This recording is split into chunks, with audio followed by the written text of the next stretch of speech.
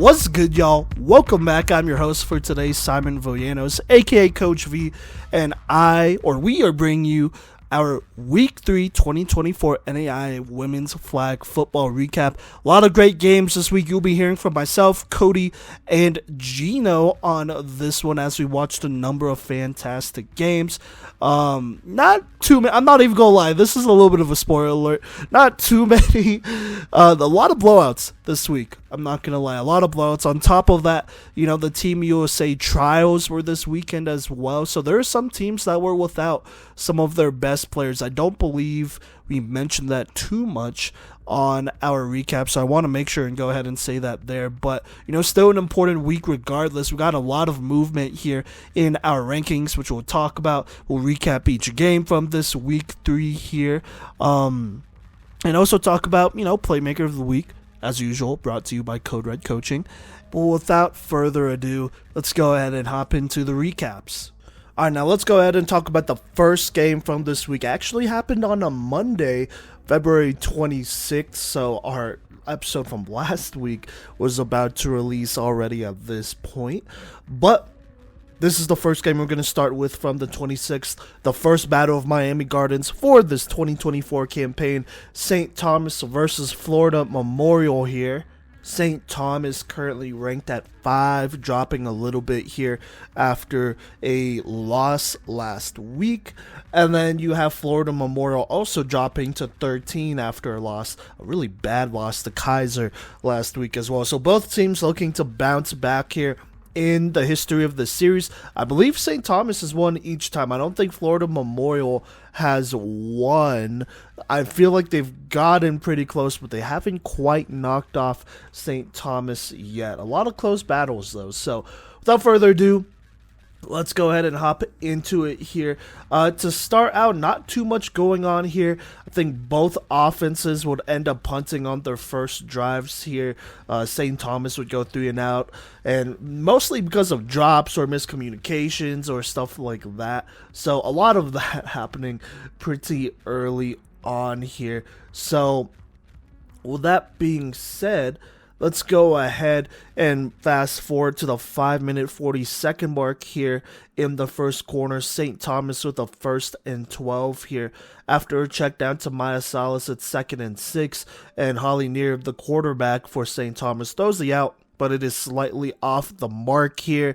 Just slightly, not like a horrible throw or anything. And the ball is tipped up by the receiver and picked off by Jocelyn Nunez, who almost returns it to the house for a big-time swing here that would have given FMU a huge lead. But thankfully, her flag was pulled just short by Holly Neer there. So a tough go for them. Like I said, the ball was slightly off the mark here, but the receiver still could have caught it.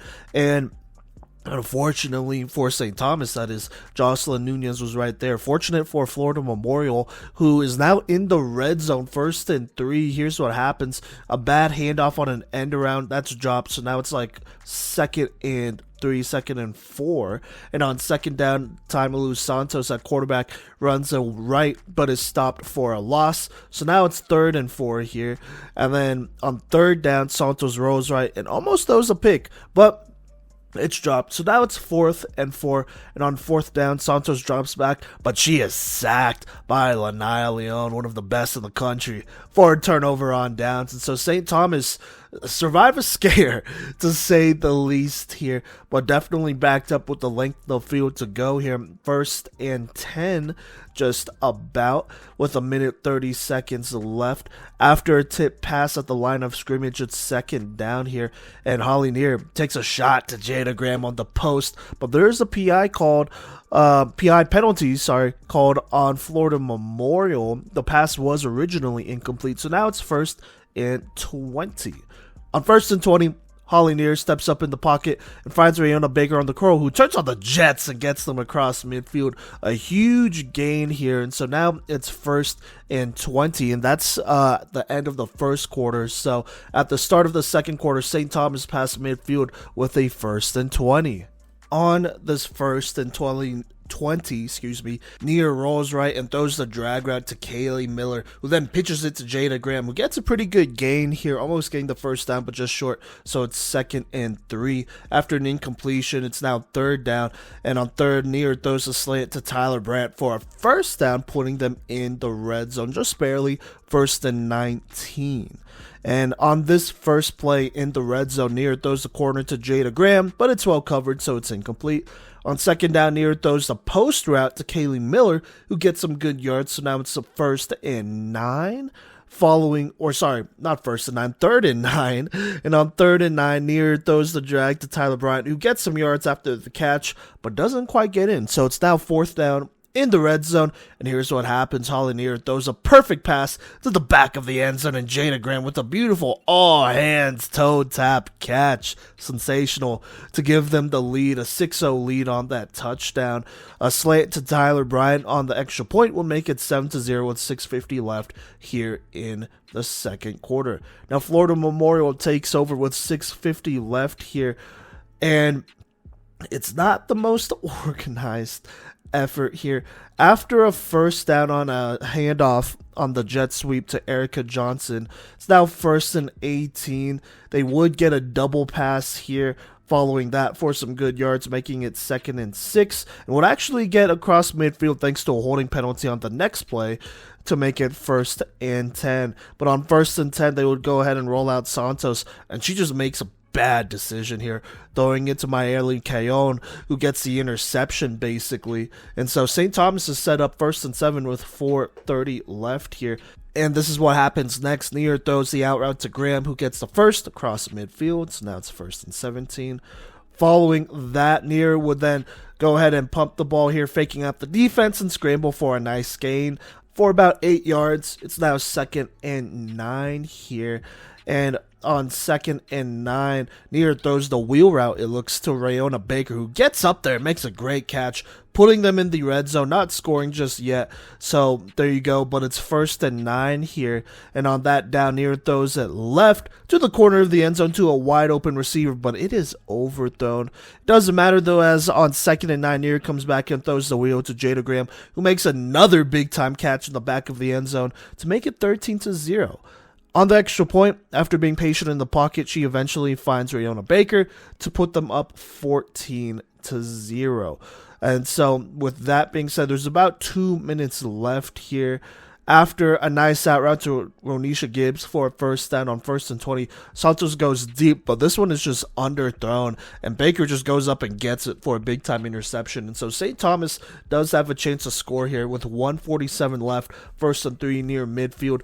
And they do put together a nice little drive where they do get into the red zone here with about 40 seconds left, but they are not quite able to get anything going here, as Holly Nia would just throw a bad interception here to Erica Johnson. Just not the greatest decision. And so she breaks some tackles, almost returns it to the house here, but is stopped just short. So there you go there. But it does not matter, as Florida Memorial would go ahead and make the most out of this one, as they are in the red zone here, I believe. And so this is what happens here in the final seconds of the first half.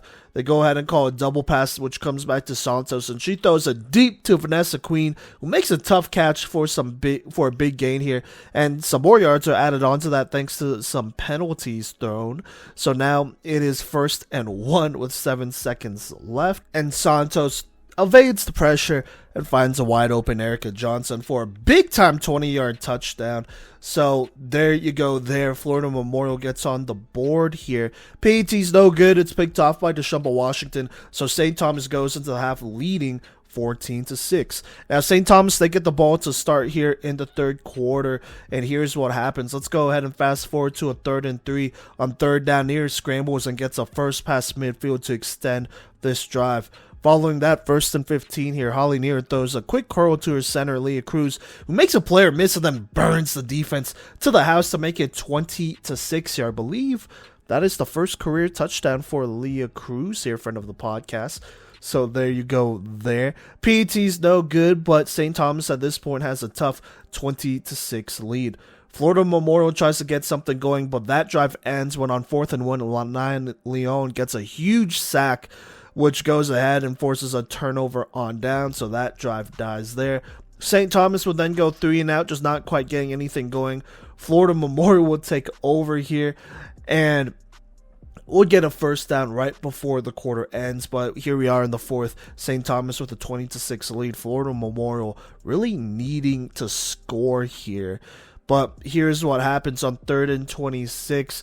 I think it's Jada Benenby at quarterback, throws the double pass here, but it is intercepted by Mayerly Cayon, her second of the day, who returns it to the red zone. And so here we go, St. Thomas with a chance to go ahead and put the dagger into Florida Memorial, but unfortunately, 2 straight sacks by Deja Fanning makes it a 3rd and 20, and on 3rd and 20 near, under pressure, tries to throw it into the end zone here, just tries to throw it, which is just another sloppy decision here as Jocelyn Nunez comes up with another interception. And so here we go, Florida Memorial not quite dead yet with 6:40 left, but still down by 2 scores. But the struggles continue with incompletions, deflections, and the drive would end with a check down here, but Lanai Leon would shut that down for a loss, and so that's a big turnover on downs as once again St. Thomas takes over in the red zone. But once again in the red zone, Holly Neer gets sacked here, and so now it's 2nd and 25. A slant to Tyler Bryant will make it 3rd and 18, but a false start would move them back again, so it's now 3rd and 23 here. Holly Neer on 3rd down goes deep on the post and with a wide open receiver in Tyler Bryant, but Tyler Bryant is not quite able to control it as she hits the ground here. She has to lay out for this one, so it's a tough catch here. But another missed opportunity here, so now it's 4th and 18. I believe the 2-minute warning just hit as well. And on 1st and 18, Holly Neer throws kind of across her body to Tyler Bryant, but this one is incomplete. At this point, there's less than 2 minutes left. They're down 20-6 here. And so not a lot of hope here for Florida Memorial, and they would obviously not end up winning this one. St. Thomas would actually score one more touchdown to win 26-6. In my opinion, player of the game has to be Lanai Leon. She got some key sacks here to really help out the offense and shut down the opposing offense playing over there on that defense, one of their better players and whatnot, and one of the best rushers in the entire country, in fact. So obviously player of the game in my opinion here. Raw reactions to this one. So these games are always pretty close here. It got a little messy, at times, but that's how rivalries go. I think you gotta love that. For Florida Memorial, the offense is just struggling, man. They just can't get too much going here. Just a lot of mistakes, bad decisions, incompletions, drops, all that. And it's hard to watch, I'm not going to lie. Defensively, I thought they played well enough at times. I mean, Deja Fanning played lights out. Jocelyn Nunez played lights out. Erica Johnson played lights out. The defense set up their first touchdown, really. So that is big time, right? But offensively, just can't get anything going. So there you go there. Now for St. Thomas, this was my first time being able to watch them, watch a whole game from start to finish here for the most part. And it's just not quite the same.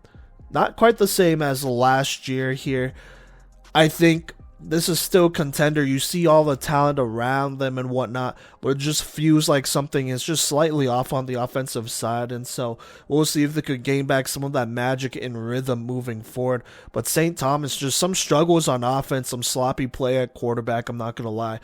Some bad decisions, where you just can't put your defense in that position. I understand taking those risks and whatnot, having as elite a defense as you have, but against a better team, obviously, you just got to play a little bit cleaner, because it'll be a different outcome, playing a slightly better team and whatnot if you're playing this way. So there you go there, but it's still the second game of the season for them.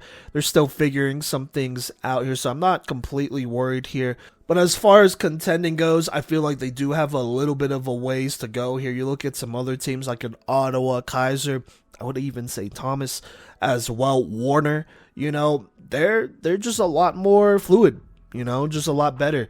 than St. Thomas is right now, which is interesting because St. Thomas returns a lot of seniors and a lot of returning players, so you wouldn't think there'd be, or you wouldn't think it'd look like there'd be a chemistry issue, but from the outside looking in, it does look like there are maybe some chemistry issues, or maybe they're just all off, which happens. So, I don't know. Like I said, rivalry game, anything could happen. I think that's definitely possible that they could have all just been off for this game. But, we'll see what happens moving forward. They still got a ways to go here. It's a long season, so we'll see what happens to them. But once more, St. Thomas wins big here, or relatively big, 26-6. All right, now let's go ahead and talk about Ottawa versus the University of St. Mary here. Ottawa going into this game ranked obviously at number 1 in the country going into week 2. St. Mary dropping to 18 here. But let's go ahead and talk about this one. This was not really a close game, so I'm not going to spend too much time here. But Ottawa won this one pretty convincingly, 34-0, 21 points in the third quarter, only 13 at half, only leading 13-0 at half. But this was, I feel like, a pretty cold game for the most part, so that probably has a lot to do with it. Just going over some stats, Madison Carrera, 16 of 27, 165 yards and 3 touchdowns, also adding on another 48 rushing yards. Her lead receiver, Marley Spielberg, with 61 yards and 2 touchdowns, who's having a really good freshman campaign, by the way. So there you go there. On the other side of things, Cheyenne Brooks, 5 of 14 for 21 yards and 1 pick. It looks like Charisma Delgado had 3 pass attempts, 2 of 3 for 29 yards, and 1 was a pick as well. The lead receiver, Sade Irvin, with 3 receptions, 34 receiving yards. As far as defense goes, it looks like Abby Brown had 5 tackles leading there. DJ Paris with an interception. Talia McInnes with an interception in this one. For St. Mary, NAIA Hooks with a sack, and also their lead tackler with 5. Ottawa taking care of business, like I said, though, 34-0 over the University of St. Mary. All right, let me go ahead and talk about Ottawa versus Cottey real quick. That happened on February 28th as well. This is going to be a really quick recap, as this one was just not close here. I'm just going to go ahead and say the final score. Ottawa wins 75-0 here. Just going over some stats, Madison Carrera, 15 of 19 for 273 passing yards and 6 touchdowns. The freshman, Marley Spielberg, got in there at quarterback, went 5 of 9 for 115 yards, 4 touchdowns. Did throw 1 pick, though, but, still doing her thing. Marley Spielberg was also their leading receiver with 3 receptions for 101 receiving yards and a touchdown. Cynthia Homs with 6 receptions, 94 yards, and 2 touchdowns, though, in that one. Jada Bayron here with 3 receptions, 39 yards, and 3 receiving touchdowns, just to name a couple players off there. For Ottawa, their defense was popping off here. Hannah Sequina, Alyssa Gillespie, they each had 2 sacks, which was big time. Leilani Kamau, I want to say. She had 11 total tackles, a tackle for loss, a big time interception. Hayden Oaks had 2 interceptions, actually, as they just went off against Cottey. Cottey here looking like they're starting a new quarterback in Alyssa Hollis. She went 22 of 37 for 121 yards, 2 interceptions, which was not very good. Doesn't look like Maya Karula got too much going on here, outside of 1 rush and 3 receptions for 12 yards. As far as receiving goes, Tamaya Squire, 8 receptions, 47 yards, and Shamies Lee with 9 receptions, 42 yards, and Kenzie Murdoch with 6 receptions, 14 yards. Those were their leaders there, but not too much going on defense. And then their best defender, or I guess lead tackler, had 4 tackles each. So that's Jolia Johnson and Shamies Lee. Laurencia Botts got a pick. Chanel Norris got a pick, but not able to do much with that, as they did lose 75-0. Ottawa setting up basically a new high score. This is the most any team has scored this season at 75, so that is big time there. Cottey, the struggles continue as they try to figure out something on offense, trying out a new quarterback. Obviously, against the defending champs, it's not going to look great. So it is what it is, but Ottawa continues to roll. All right, moving on to the February 28th game. So I believe that was a Wednesday. We got a great matchup here between Midland, who's hosting, versus Kansas Wesleyan here. Going into this week, Kansas Wesleyan at number 6. Midland right here tied at 8th. So 2 top 10 teams here in the country going at it, and a KCAC matchup. Let's go ahead and hop into this one. Angel Ioane-Kao in at quarterback, and she leads a pretty good drive to start on 3rd and 5 here. Ioane-Kao rolls right and throws the drag route to Aaliyah Livingston, who gives them the first down. Fast forward here to 2nd and 11, a little play action here. Ioane-Kao finds her center Liana Seegers, who gets a huge gain over the middle and gets them across midfield here, giving them a 1st and 15. Moving on a couple plays, it's now 3rd and 1 on the edge of the red zone. Another play action, and Ioane-Kao goes back to Aaliyah Livingston in the flats, who gives them the first down in the red zone. So, first down in the red zone after an incompletion. It's now 2nd and 19 here. And on 2nd down, Ioane-Kao finds Olivia Dominguez-Millsap on the comeback route, making it 3rd and 12 here. That comeback route being ran left, that is, by the way.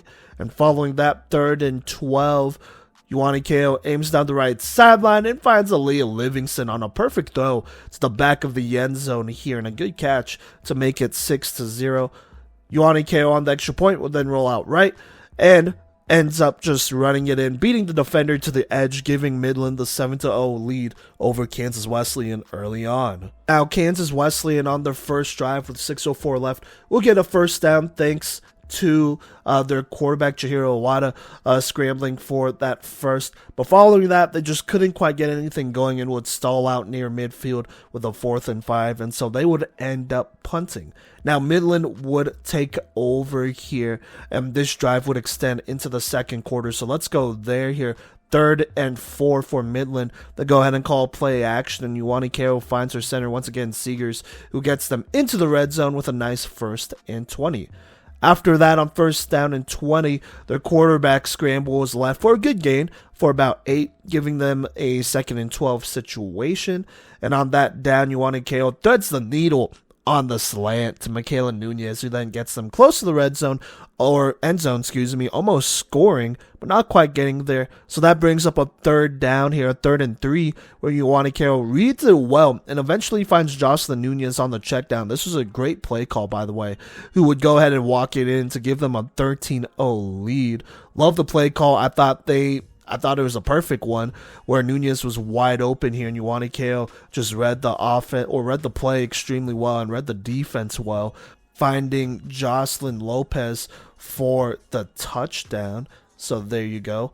On the extra point, Ioane-Kao finds her center, Seegers, once again on a nice throw and catch on what looks like to be kind of a slant here, just over the middle, to give Midland the 14-0 lead. Now, Kansas Wesleyan not looking to get into a deeper hole here, trying to get something going with a 9:40 left here, but the offense struggles just a little bit after they got 2 first downs to go ahead and get them across midfield here. First down after that, 1. It's a drop. Following that, 2nd and 15, Iwata under pressure just runs it up the middle, gets a solid gain, making it 3rd and 9. And then on 3rd down, Iwata throws deep down the left sideline to Angel Roman, but Emily Farron has it covered pretty well and knocks it away. So that brings up a 4th down here. And on 4th, their quarterback Iwata rolls right and throws it towards the sideline, but it looks like another drop, so that's a turnover on downs. And Midland takes over with a chance to go up 3 scores. But they are not able to do that here, as they would eventually stall out here with a 4th and 16. Thanks to some penalties, an illegal contact penalty really set them back a little bit there. So Kansas Wesleyan takes over past the 2-minute warning with 1:56 left. And with that time, they put together a pretty solid drive. It comes down to a 3rd and 9 here following an offsides penalty. And Chihiro Awada checks it down to Alexis Jimenez, who gets a couple yards, but it's still 4th and 5 here. And so 4th and 5, looking to potentially get a first down to extend this drive. Awada drops back, goes deep here, but it is picked off by NAIA Livingston to end the quarter. And so Midland with a 14-0 lead going into the second half. Now Kansas Wesleyan, they get the ball here out of the half, so they have a chance to go ahead and cut into this lead right away. And here's what happens. Awada throws the out route to Kodey, who gets a huge gain and more for about 21, putting them near midfield. So it's a 1st and 5. After a drop on first down on 2nd and 5, Awada evades left and throws it, but it is slightly overthrown, missing an open receiver. They would then run a play on 3rd down, but that play would be called back thanks to an illegal procedure penalty. So now it's 3rd and 10. And on 3rd down, Awada would just scramble left for some solid yards, setting up a solid 4th and 3 situation. But on 4th down, Awada once again goes back to Tik, who gives them a first past midfield. Now it's 1st and 17, and Awada scrambles left once more for a huge gain here, setting up a 2nd and 5 on a gain of 12. After another drop here, it's 3rd and 5 here. Awada with the triple option runs it, I think, left here before reversing fields and throws it to Angel Roman on the slant, who gives them a first down in the red zone. They also get some more yards on that as Angel Roman is knocked over at the end of the play. So that adds on some penalty yards for sure, making it an easier 1st and 9 here. And on 1st down, Chihiro Awada throws it out to Kodey, who goes ahead and accelerates to go ahead and get into the end zone, making it 14-6. They go for 2 here, where Awada is eventually forced to scramble, and she is stopped short. But regardless, Kansas Wesleyan got on the board here. Now, Midland takes over with 6:35 left, looking to continue to build on their lead, and it is a promising one, as after getting a first down on a quarterback scramble, Ioane Kao on 1st and 19 throws a beautiful strike on the post to NAIA Livingston for a gain of 18, setting up a 2nd and 1 here. Actually, let's just go to 3rd and 1, because on 2nd down there would be a drop. And on 3rd and 1, Ioane Kao scrambles right and makes a great pass, but she is sacked by a pair of Kansas Wesleyan defenders here. You know, just great defense by them, setting up a 4th and 3. But on 4th down, Ioane Kao scrambles right and makes a little jump pass to NAIA Livingston, who comes up with the catch, jukes and spins and runs down the right sideline for a huge gain before getting tackled, basically a game-saving tackle. And so that would obviously be a penalty. And so obviously she gets those yards plus those penalty yards. So now it's 1st and 11 in the red zone. Midland with a chance to extend this to a 2-score lead once more. On 1st down, there's an incompletion, but another penalty is thrown against Kansas Wesleyan. So now it's 1st and 5 here. And on 1st and 5, Ioane Kao, she pumps the ball a couple times, but there's nowhere to go. And she is sacked by Kylie Douglas, who now makes it 2nd and 8 for them. On 2nd and 8, Ioane Kao, she rolls out, and it looks like she throws a touchdown, but they do say that she has passed the line of scrimmage, so that's an illegal forward pass. So not only is the touchdown erased, but that pushes Midland back to a 3rd and 11 here. And on 3rd down, Ioane Kao finds Livingston in the flat, who almost breaks enough tackles to score, but is stopped short here. So now it's 4th and 1. 4th and 1. Midland calls a play action here, and Ioane Kao would eventually scramble right to buy some time, but will just have to throw it here, and the pass is low and incomplete, so a missed opportunity, a turnover on downs, literally being on the 1 for Midland. And so Kansas Wesleyan takes over with basically 55 seconds left in the 3rd quarter. This drive would obviously extend into the 4th, so let's go ahead and go into the 4th quarter here. Fast forward to a 3rd and 10 situation. Awada throws the slant to Jayla House, who gives them a tough first down. Following that, Awada throws the left to Angel Roman for a solid gain of 4.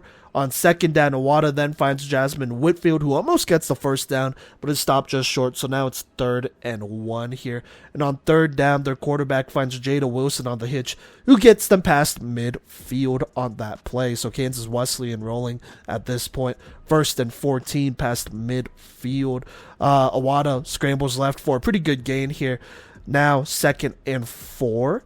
And on 2nd down, Iwata throws a quick check down to Duquy, who almost gets the first ball, stopped just short here, bring up 3rd and 1. On 3rd down, Iwata moves left before throwing the corner, but it is tipped by Emily Farron and almost picked here. But not picked, so they just narrowly avoid disaster there. So now it's 4th and 1, and here's what happens. Iwata scrambles left and just barely gets the first down, cutting it upfield here, but gets it. So now they have a 1st and 20 in the red zone. And here's what happens. Iwata throws the curl to Jayla House. Gets a pretty big gain, now setting up 2nd and 2. A gain of almost 18 there. And after an overthrow on 2nd down, on 3rd and 2, Iwata basically just scrambles left and gets a big-time touchdown here, running it in to make it 14-12. On the 2-point conversion, Iwata rolls right, tries to throw it, but Nadia Simpson knocks that one away. So Midland maintains the lead here with 4:03 left. Midland really needing a score here to feel comfortable, does not get it as Kansas Wesleyan's defense goes ahead and plays great here, forcing a 3 and out. A tough breakup by Angel Roman here on 3rd and 2, which was almost picked, would set that up, and so Midland would end up punting it. And so Kansas Wesleyan takes over after the 2-minute warning, 1:52 left, 1st and 11 approaching midfield here. After that first down play, which is dropped at 2nd and 11 here, and Iwata throws a slant to Jasmine Whitfield, who gets a pretty solid gain, but not a first down, so now it's 3rd and 5 here. But on 3rd and 5, Iwata drops back and throws an absolute rope to Jasmine Whitfield on a corner route. A great throw here and a great catch. Really, I would say more of a throw. She was open there. And so she gets a nice first down past midfield. Now 1st and 14. Pretty manageable too. With plenty of time left. And on 1st and 14, Iwata finds Angel Roman on the drag, who makes a good catch and gets some solid yards. So now it's 2nd and 5 here. And on 2nd down, Iwata goes back to Roman, who's in the flat, but this time gets them the first down. 1st and 20 in the red zone here.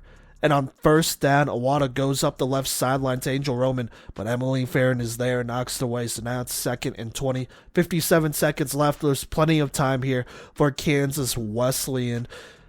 And here's what happens. Iwata throws the curl to Jasmine Whitfield, who gets a good gain after the catch. So now it's 3rd and 5. A nice gain of about 15. KWU calls a timeout here with 42 seconds left. Following the timeout, 3rd and 5 here. Iwata drops back, throws it over the middle, but it is incomplete here. So that brings up a 4th and 5, all or nothing basically here on this play. And here's what happens on 4th and 5. Iwata gets a snap, dances around in the backfield before eventually finding a wide open Angel Roman near the right sideline, who makes the catch and gives them the lead, the first lead of the day and of the game here, putting them up 18-14. Just great patience by Iwata, keeping her composure before finding Angel Roman there. And then on the extra point, it is dropped. So there you go. But Kansas Wesleyan has the 18-14 lead. Midland takes over with about 35 seconds left here. Game's not quite over. They have some time, but they got to get going. After a scramble right for some solid yards, it's now 2nd and 2, and Ioane Kao goes deep, but it is tipped by Angel Roman. Almost picked it. Almost lands actually in the hands of her receivers, who are just behind Angel Roman, but falls incomplete there. So now it's 3rd and 2 with 19 seconds left, and Ioane Kao is forced to check it down to her center, Seegers, who gets a solid gain in the first, but time is running out, so Midland uses a timeout here on a 1st and 14 with 12 seconds left. Following the timeout there, 1st down, Ioane Kao throws down the right sideline and has Michaela Nunez, but it is thrown a little late here, and so it is broken up by Jada Wilson. That leaves 6 seconds on the clock. 2nd down here. And on 2nd, Ioane Kao goes deep down the left sideline, and it's a perfect ball here but the defenders there knocks it away, and just like that, time runs out, and Kansas Wesleyan wins 18-14, coming back from down 14 and scoring 18 unanswered points to go ahead and win them this game here. Player of the game, I think, absolutely has to be their quarterback, Chihiro Iwata. She kept her composure and played great football all the way to the end, so gotta give her a whole ton of credit there. That was absolutely big time. So there you go there. I do have some stats from that game, which I want to pull up here. Iwata was 23 of 42 for 224 yards, 2 touchdowns to throw that 1 pick, but had 46 rushing yards and a rushing touchdown. All 3 of those touchdowns in the second half. Her lead receiver as far as receptions and I guess receiving yards go was Jasmine Whitfield with 6 receptions and 60 receiving yards. DeQuee had 48 receiving yards and a touchdown. Angel Roman 37 yards and a touchdown in that one. The defense played really well, especially down the stretch as well. Alexa Mansur and Lexi Marquez with 8 tackles each, which was huge. And for Midland here, as far as stats goes, Angel Ioane 19 of 33 for 174 yards and 2 touchdowns. Our lead receiver was Elia Livingston, who had a great game here. 7 receptions, 84 yards, and a touchdown. She was the lead receiver. Jocelyn Lopez with a touchdown there as well. And then their leading tacklers were Nadia Simpson and Elia Livingston with 16 and 11 respectively. Livingston with an interception in that game as well. So there you go there. Another thriller.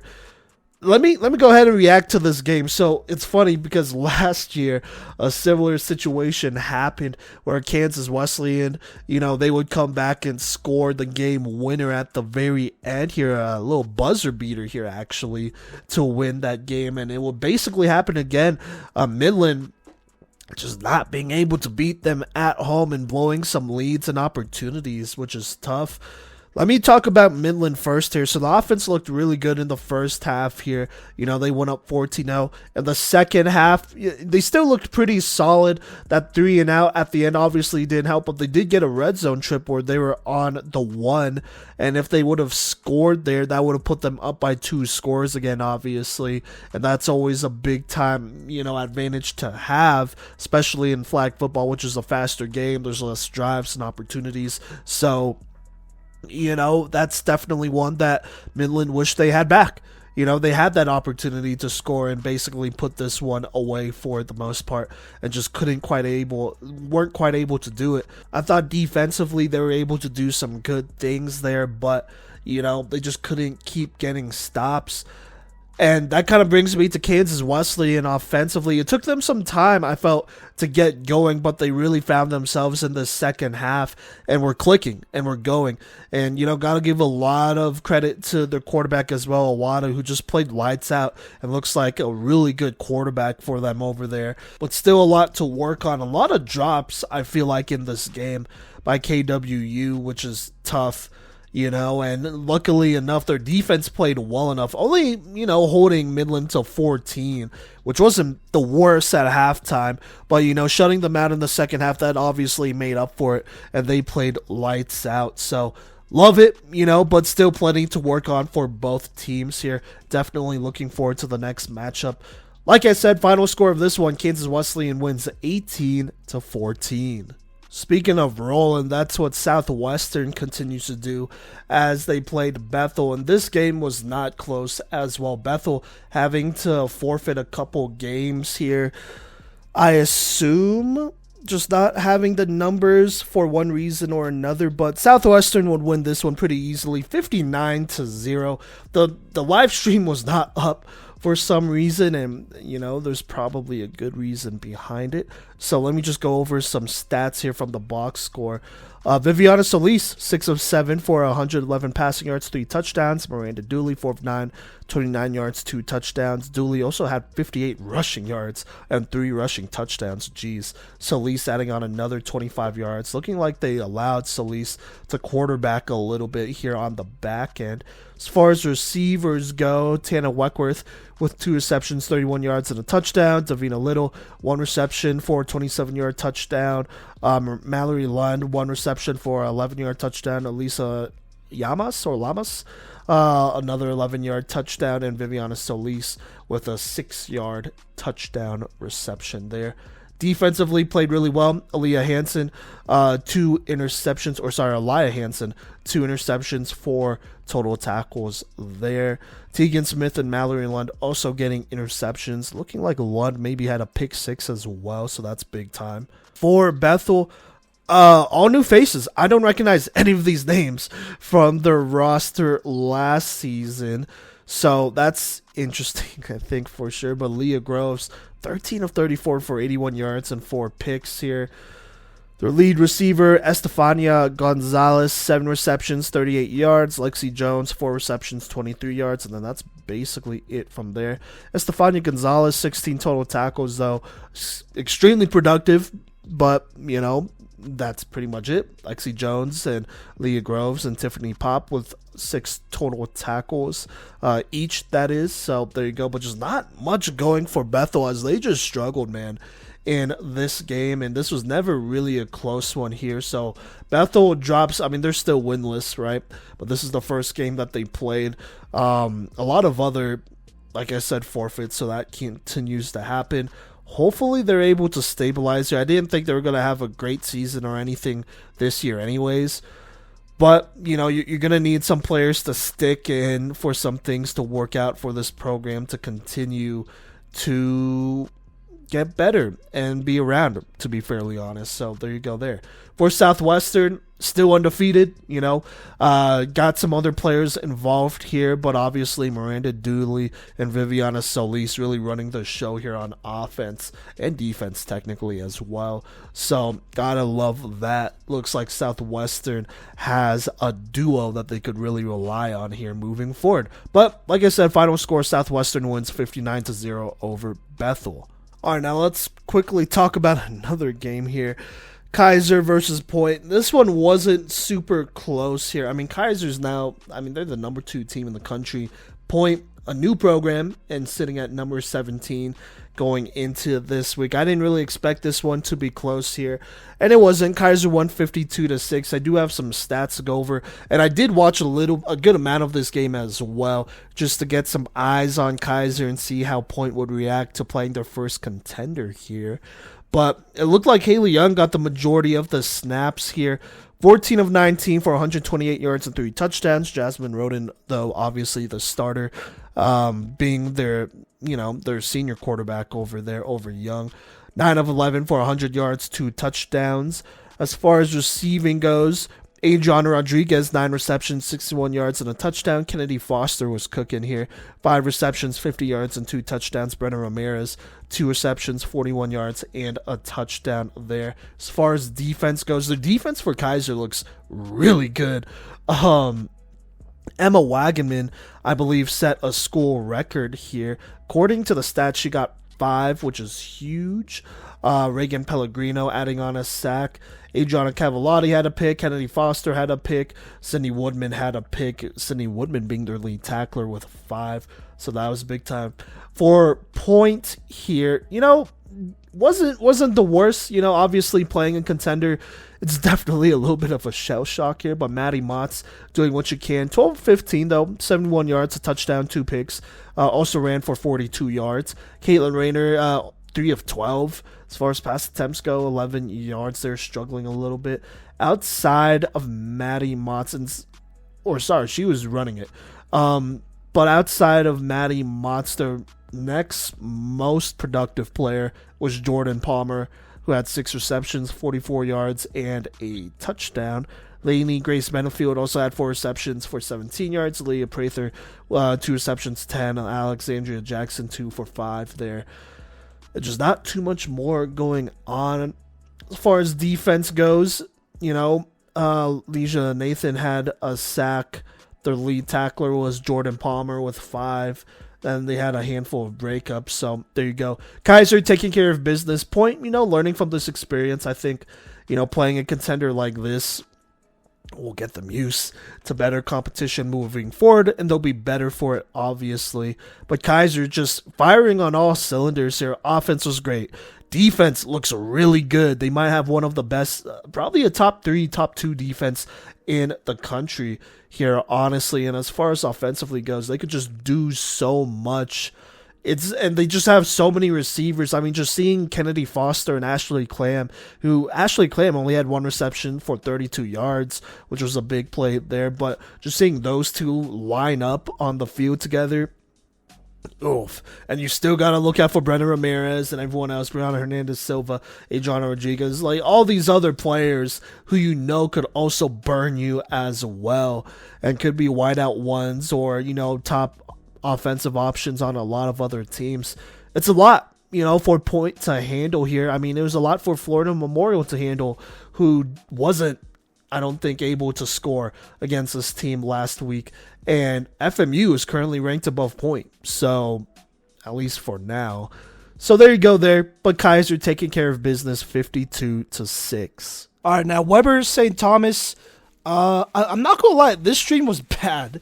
It died, I feel like, in the middle of the set or in the second, and even then there were no announcers. The camera wasn't moving, so I couldn't see who was making a bunch of plays. But I have the final score. I do not have a box score for this one game, unfortunately.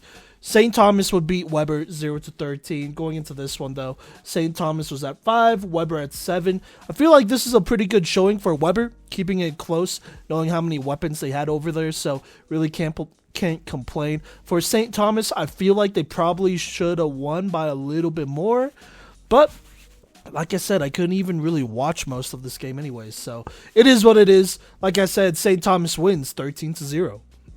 All right, now let's go ahead and get to the Saturday slate of games, March 2nd here.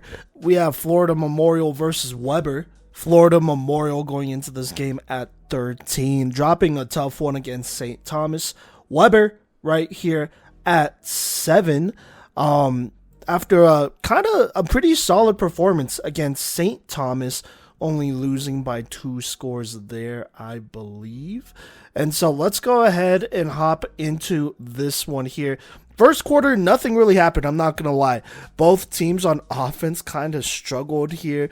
Jada Benaby for Florida Memorial got a pick on Weber's first drive. When FMU took over, they looked even worse, almost throwing a couple interceptions here. Caitlin Sigmundy on 4th and 14 would get a key breakup there to force a turnover on downs. And then Weber would take over again, but the struggles kind of continue here.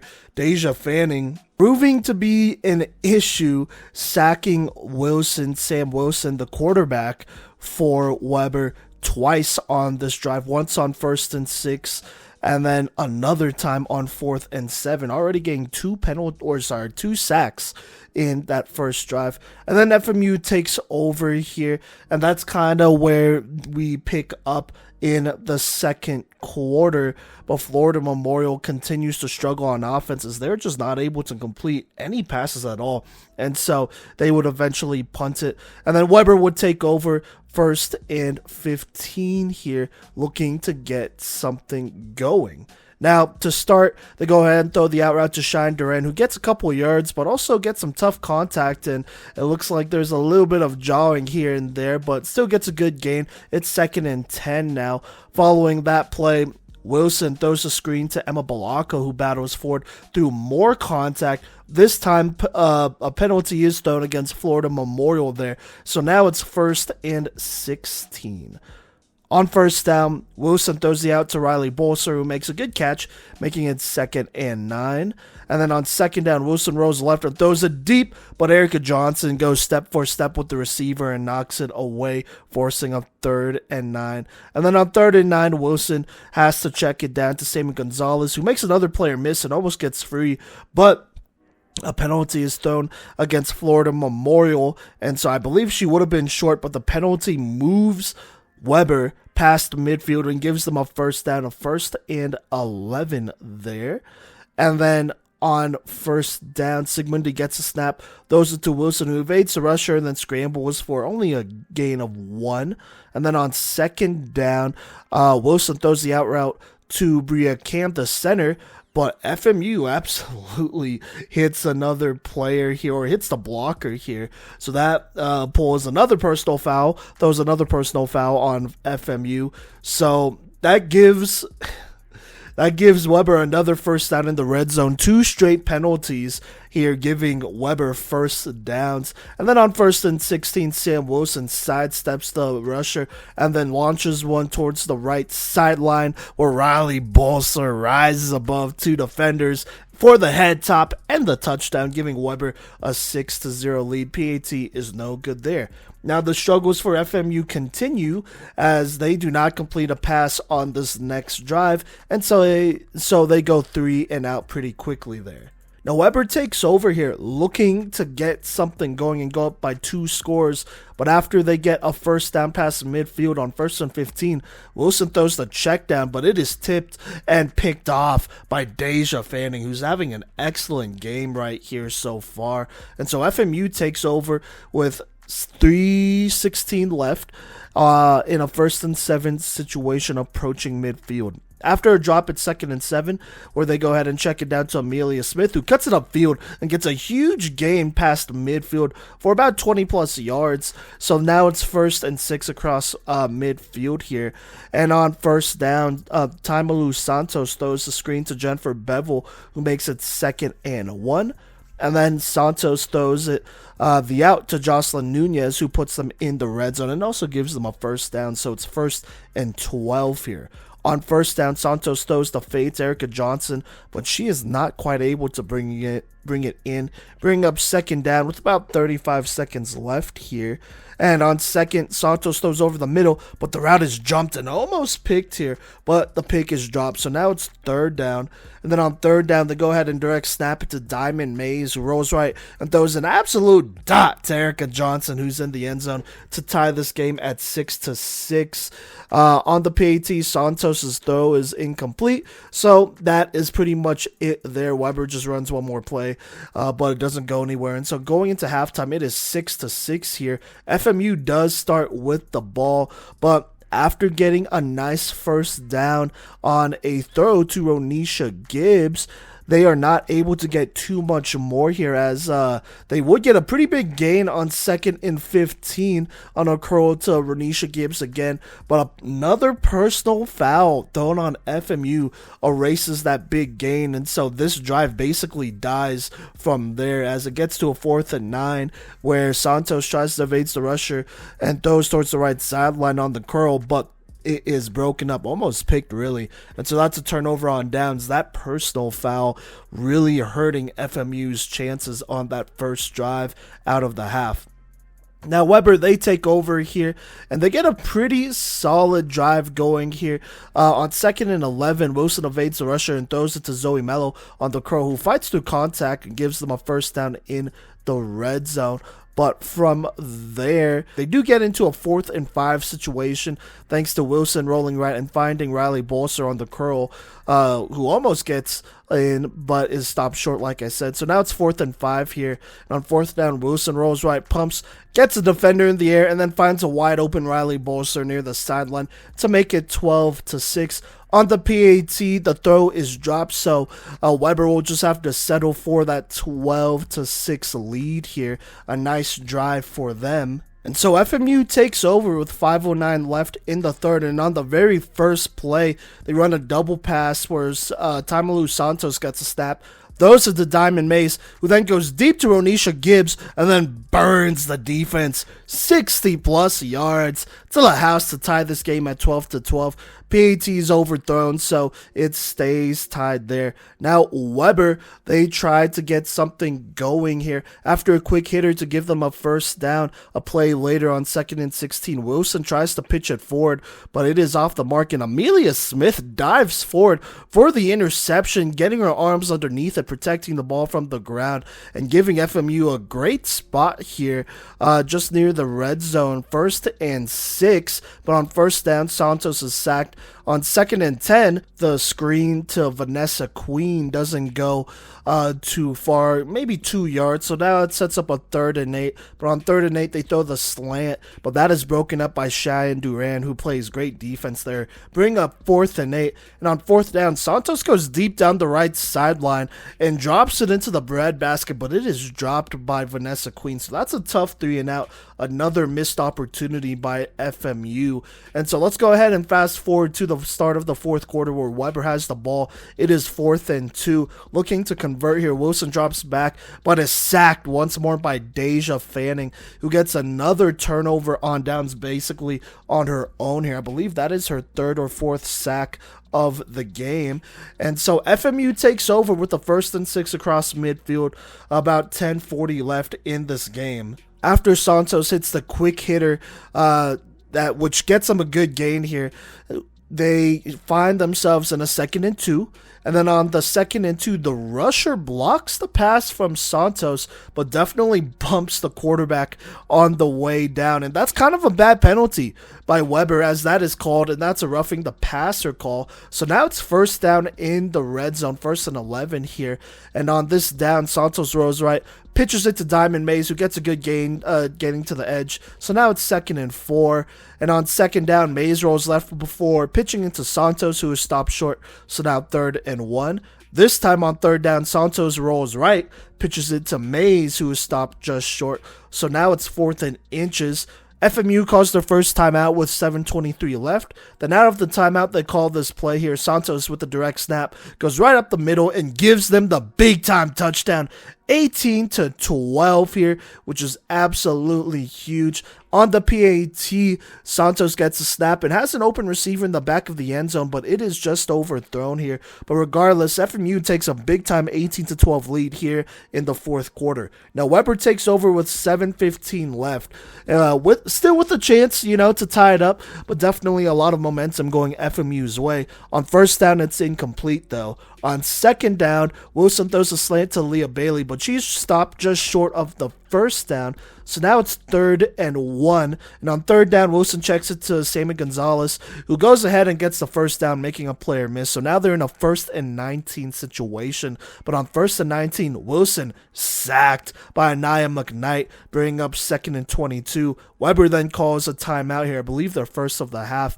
And then out of the timeout, they go ahead and direct snap it to Sigmundy. She's rolling right, and then she gets sacked by her old high school teammate Deja Fanning, who gets another sack, her 4th, I believe, of the game, bringing up 3rd and 27, just about. And then on 3rd and 27, Wilson drops back, goes deep on what looks to either be the seam or post route. Either way, it goes to Jasmine Henry, who splits the safeties and goes to the house, tying this game at 18-18 here. A big time throw by Sam Wilson, putting it on the money, finding Jasmine Henry, aka Flash, in stride here, and then Flash taking it to the house, giving Weber a lot of life despite the struggles early on this drive. Now on the PAT, it is knocked down by Vanessa Queen, so it stays tied right here. FMU gets the ball with 4:40 left, but they are not able to get anything going. On 3rd and 6, a bad pitch here is dropped, and so now it's 4th and 10, and they have to go 3 and out, not getting anything on this drive. And so Weber takes over after the punt close to midfield, about 1st and 1 here actually, as they approach midfield with 2:34 left. And here's how it goes down. 1st and 1, Sam Wilson throws the crow left for a big 1st down past midfield. Following that, it's 1st and 10 here. Wilson pitches it forward to Jasmine Henry, who makes a defender miss and gets a good gain here, making it 2nd and 4. On 2nd down, Wilson then finds, I believe, Caitlin Sigmundy for the 1st down. So now it's 1st and 20 in the red zone. And on 1st down, Wilson throws a pretty dangerous pass here on the hitch, but Vanessa Queen is not able to bring it in. Another drop. If she intercepted it, that probably would have been a pick 6, but Unfortunately, a dropped pass here. So now that brings up second and goal here. Well, Wilson finds Sigmundy on the hitch, makes a couple players miss, getting a solid gain of about 9. So now it's 3rd and 11. And on 3rd down, Wilson rolls right, tries to throw it into the end zone, but it is thrown to the wrong shoulder of the receiver. She had an open receiver in the end zone, but it is just thrown.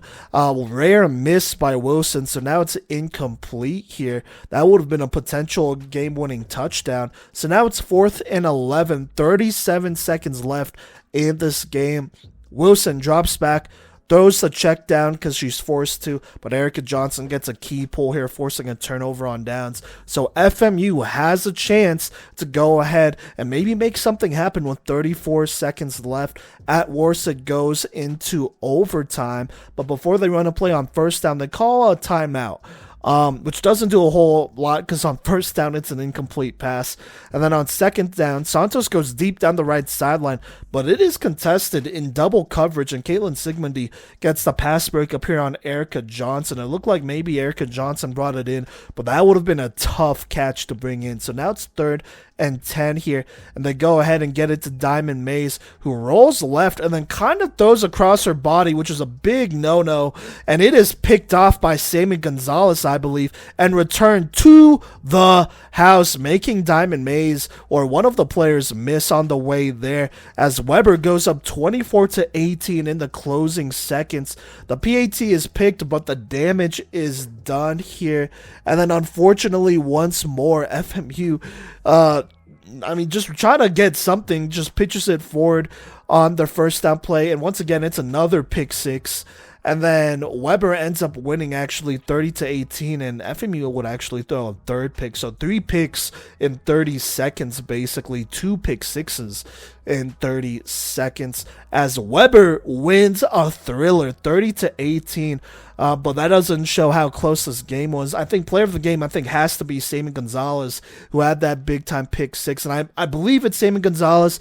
It was kind of hard seeing the jersey numbers, but I believe it's her. She played that linebacker position and just made a good read there on that rollout, going back to her receiver, baiting that one, and then just returning it to the house. She had a great game here as well on offense and defense. And so Weber winning a big one here. Their first win of the season after dropping their first two to Thomas and St. Thomas, but going ahead and getting a big time win here.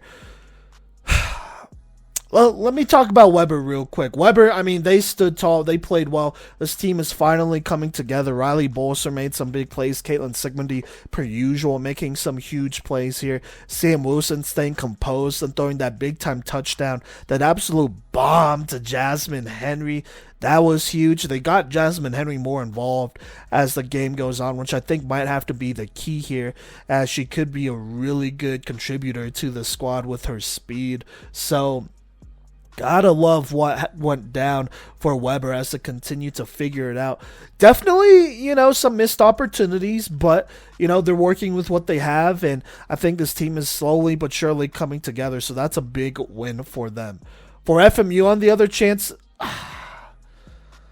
gonna be honest, a lot of penalties through these first 3 games. There's no way that they are not the most penalized team in the country right now. And it's not even it's just personal fouls, really. So many personal fouls that, just hurt them, either stopping them on offense or, giving teams 3 first downs on defense, which you absolutely cannot do considering the first down markers are by 20s, in zones of 20s, basically, 20 yards, that is. So just undisciplined by FMU here. And then offensively, the struggles continue.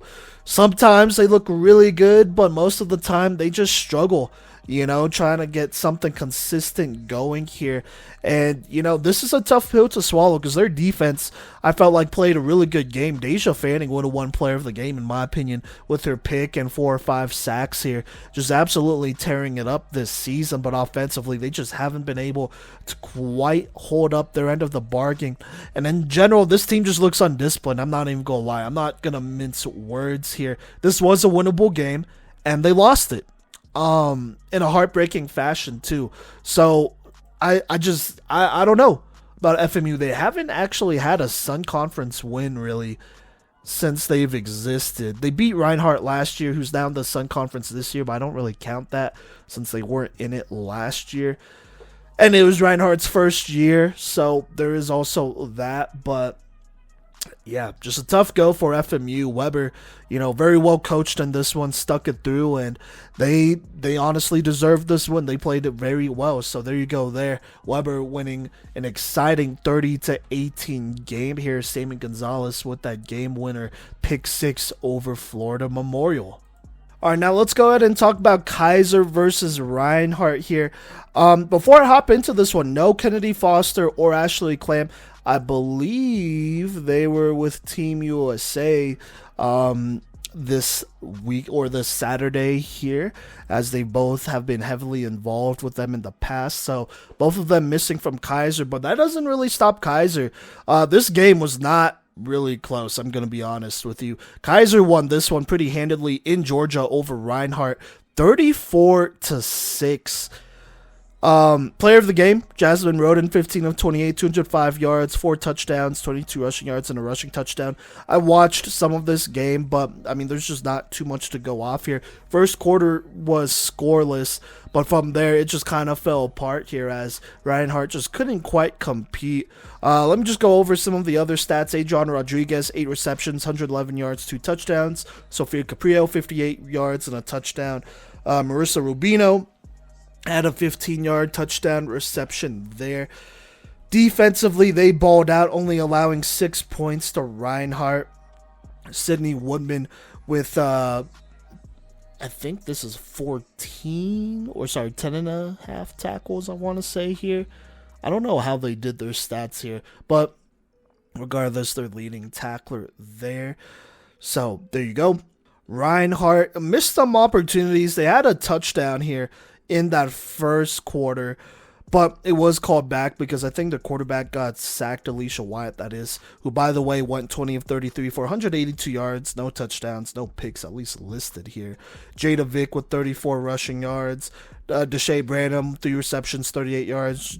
Janiyah Thomas, 5 receptions, 34. Ebony Cooper, 4 receptions, 34. Victoria Salmon also had 3 receptions for 34, so 3 receivers with 34 yards. Defensively, Adriana Brusmeyer led them with her 9 tackles there, but just not quite able to get anything going. Still looked pretty solid. I feel like this was better than what it was last year. Keiser, they're a contender, number 2 team in the country right now. Reinhardt currently, or at least going into this game, was at 12, so that's about a 10-spot difference. So I don't really blame Reinhardt there. But, something to work with such a young team. Keiser, even shorthanded, winning big, though, 34-6, and proving how dominant they are. All right, moving on here. The last game from Saturday, we had number 10 Baker versus last place number 20 Bethel here. This wasn't a close game. I'm not gonna lie. I watched a lot of it, and it just was not close. Baker ended up winning 61-0 here. I have some stats to go over as well. Gabriela Zabaleta, 7 of 18 for 153 yards, 7 touchdowns, and 1 pick. Keeping her in there. Sanaya Waller obviously did well, 5 of 9 for 102 yards, a touchdown, and a pick in that one. Receiving wise, Kayla Harrison went off for 4 receptions, 68 yards, and 4 touchdowns. Janai Ferdinand had a touchdown, 2 receptions for 80 yards. Destiny Martinez, 4 receptions, 52 yards, and a touchdown. Faith Phillips had 1 long 45-yard touchdown, and then Sanaya Waller also had a receiving touchdown in this one. As far as defense goes for Baker, Destiny Martinez kind of led them here with 6 total tackles, also 2 interceptions, balling out in this one. Gabriela Ortega with 3 sacks and 5 tackles in this one, as Baker played very well. Bethel, on the other hand, continuing to struggle. Leah Groves, 11 of 28, 48 yards, 6 picks. Lexi Jones led with 4 receptions, 27 yards. As far as defense goes, Estefania Gonzalez had 6 tackles and a sack. And yeah, that's pretty much it. The struggles for Bethel continue. Baker, though, continuing to roll. Moving on to the Sunday slate of games. You have a couple here. A good one between Kansas Wesleyan, who's ranked at 6 going into this week, and Campbellsville, who cracked our top 10 after their performance last week. And I'm not going to lie, I watched a lot of this game, and then the stream went out for a lot of the second quarter, and Kansas Wesleyan was up by a lot. But, I'll go over the, final score and some stats still here. Kansas Wesleyan actually won 34-0 here. They're up 28-0 at half, and I was able to witness one of their touchdowns from their quarterback, Chihiro Iwata, to Jasmine Whitfield, and I also got to witness Campbellsville miss on a big-time touchdown from the quarterback Journey Knowles to J.C. Harper. As you know, they kind of lost a tough one there, but going over some stats here, Iwata, another great game, 12 of 23, 232 passing yards, 3 touchdowns. Also added on 24 rushing yards and a touchdown there. This was a game where Angel Roman was not available for, as she was trying out for that Team USA squad, so they were without her. But Corin DeQuee played really well. 2 receptions, 92 yards, and 2 touchdowns. Jasmine Whitfield, 3 receptions, 67 yards, and a touchdown. A lot of that coming on that 52-yard touchdown there. On defense, they played pretty well for the most part. Alexa Mansur, 11 tackles. Lexi Marquez, 6. Jada Wilson with 6. Layla Casillian with 1.5 sacks in that one.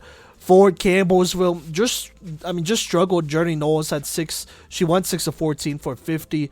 Presley Payne with 46 rushing yards, but no touchdowns in this one. Defense did all right, though. Annalise Beecher with 10 total tackles. And, they didn't get completely destroyed here, but obviously you kind of hoped for a better performance out of Campbellsville in this one. For KWU, in my opinion, they really showed that they're a team to be reckoned with, playing really well without, one of their stars in Angel Roman against a pretty decent squad, and I really felt like Chihiro Iwata played really good football in this one, just absolutely turning up for them. She's making Kansas Wesleyan look like a legitimate contender here, at least the dark horse in our eyes, so we'll just have to see about that. What's good, y'all? Gino here with the Playmakers Corner podcast, and it is time to give y'all a couple Week 3 recaps of some KCAC action that went down this Sunday, March 3rd. The first game I got for y'all is the 15th ranked Cottey Comets facing off against the 10 ranked Campbellsville Tigers. This was an exciting one that went all the way down to the wire, so let's not waste any more time and get right into this recap. Starting off in the first quarter here, it is Campbellsville ball to start. Journey Knowles is in at QB for Campbellsville. The pass to Annalise Beecher is complete, and the pitch from Beecher hits the turf to make it 2nd and 4. Chanel Norris with some tough defense on the next play as she breaks up a pass to make it 3rd and 4. And then the ball is snapped directly to Presley Payne, and she runs it outside left to give Campbellsville a first down and 17. They pitch it to Payne on first down for a nice gain, and it is now 2nd and 10. Knowles rolls to her left and lobs it up to J.C. Harper, who makes a great catch for a first down, plus a penalty on Cottey tacks on another 10 yards to the play. On 1st and 6 here, Knowles rolls right and goes deep, but it is incomplete. On 2nd down now, Knowles finds J.C. Harper complete for a first down and 15 into the red zone. A false start on the next snap makes it 2nd and 20. And then Knowles tries to find Angeline Beecher over the middle, but the pass is short. 3rd and 20 now. A risky pass over the middle on 3rd down is overthrown and picked off by Juliet Johnson. It is Cottey ball now, 1st and 11 in their own territory. Starting off the drive here, a botched snap makes it 2nd and 16 for Cottey. And then a short pass to Tamia Squire complete to make it 3rd and 11. And then the QB, Amaya Karula, rolls right under pressure and lobs it across the field near the line of scrimmage to Squire, but she gets her flag pulled for no gain. So the Cottey Comets would set up to punt here. Presley Payne takes the punt past midfield to make it 1st and 9 for Campbellsville. Journey Knowles avoids multiple flagpoles and takes the power option right for a nice gain to make it 1st and 19. Kerryon Cloyd gets some nice pressure here and the sack for a loss of 2. On 2nd and 21 now, Knowles finds Tamaya Woody on a check down for a big gain to make it 3rd and 11. Cottey really struggling on the flagpoles early on in this game. Kerryon Cloyd, though, gets another sack on the next play to make it 4th and 17. Then on 4th down, the pass into the end zone is picked off by Chanel Norris at the goal line. That pick takes us to the end of the first quarter. It is still 0-0 in this one. Heading into the second quarter now, it is 1st and 14 for the Cottey Comets following the interception. On 1st down, Karula finds a hole and takes the QB run for a 10-yard gain. On 2nd and 4, Karula lobs one deep to Shamiz Lee, but it is slightly overthrown. The next play here, Karula rolls right and finds Juliet Johnson for a 1st down and about 12. A check down pass to Tamia Squire goes for a short gain, but a holding penalty on Campbellsville gives Cottey a 1st down and 16 across midfield. Another check down to Squire goes for about 9 yards, and then on 2nd and 7, Karula takes the power right for a 1st down plus a holding penalty, tacks on another 10 yards, so it is now 1st and 12 in the red zone, giving Cottey a great opportunity to score here. A pitch to Kerryon Cloyd goes for a loss of 4, and then on 2nd and 16, Karula has a receiver towards the end zone, but the pass is just out of her reach. 3rd and 16 now as Karula's pass over the middle is picked off by Presley Payne to give the ball back to Campbellsville.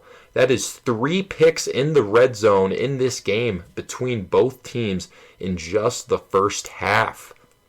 1st and 19 now for Campbellsville, 8:11 remaining in the half.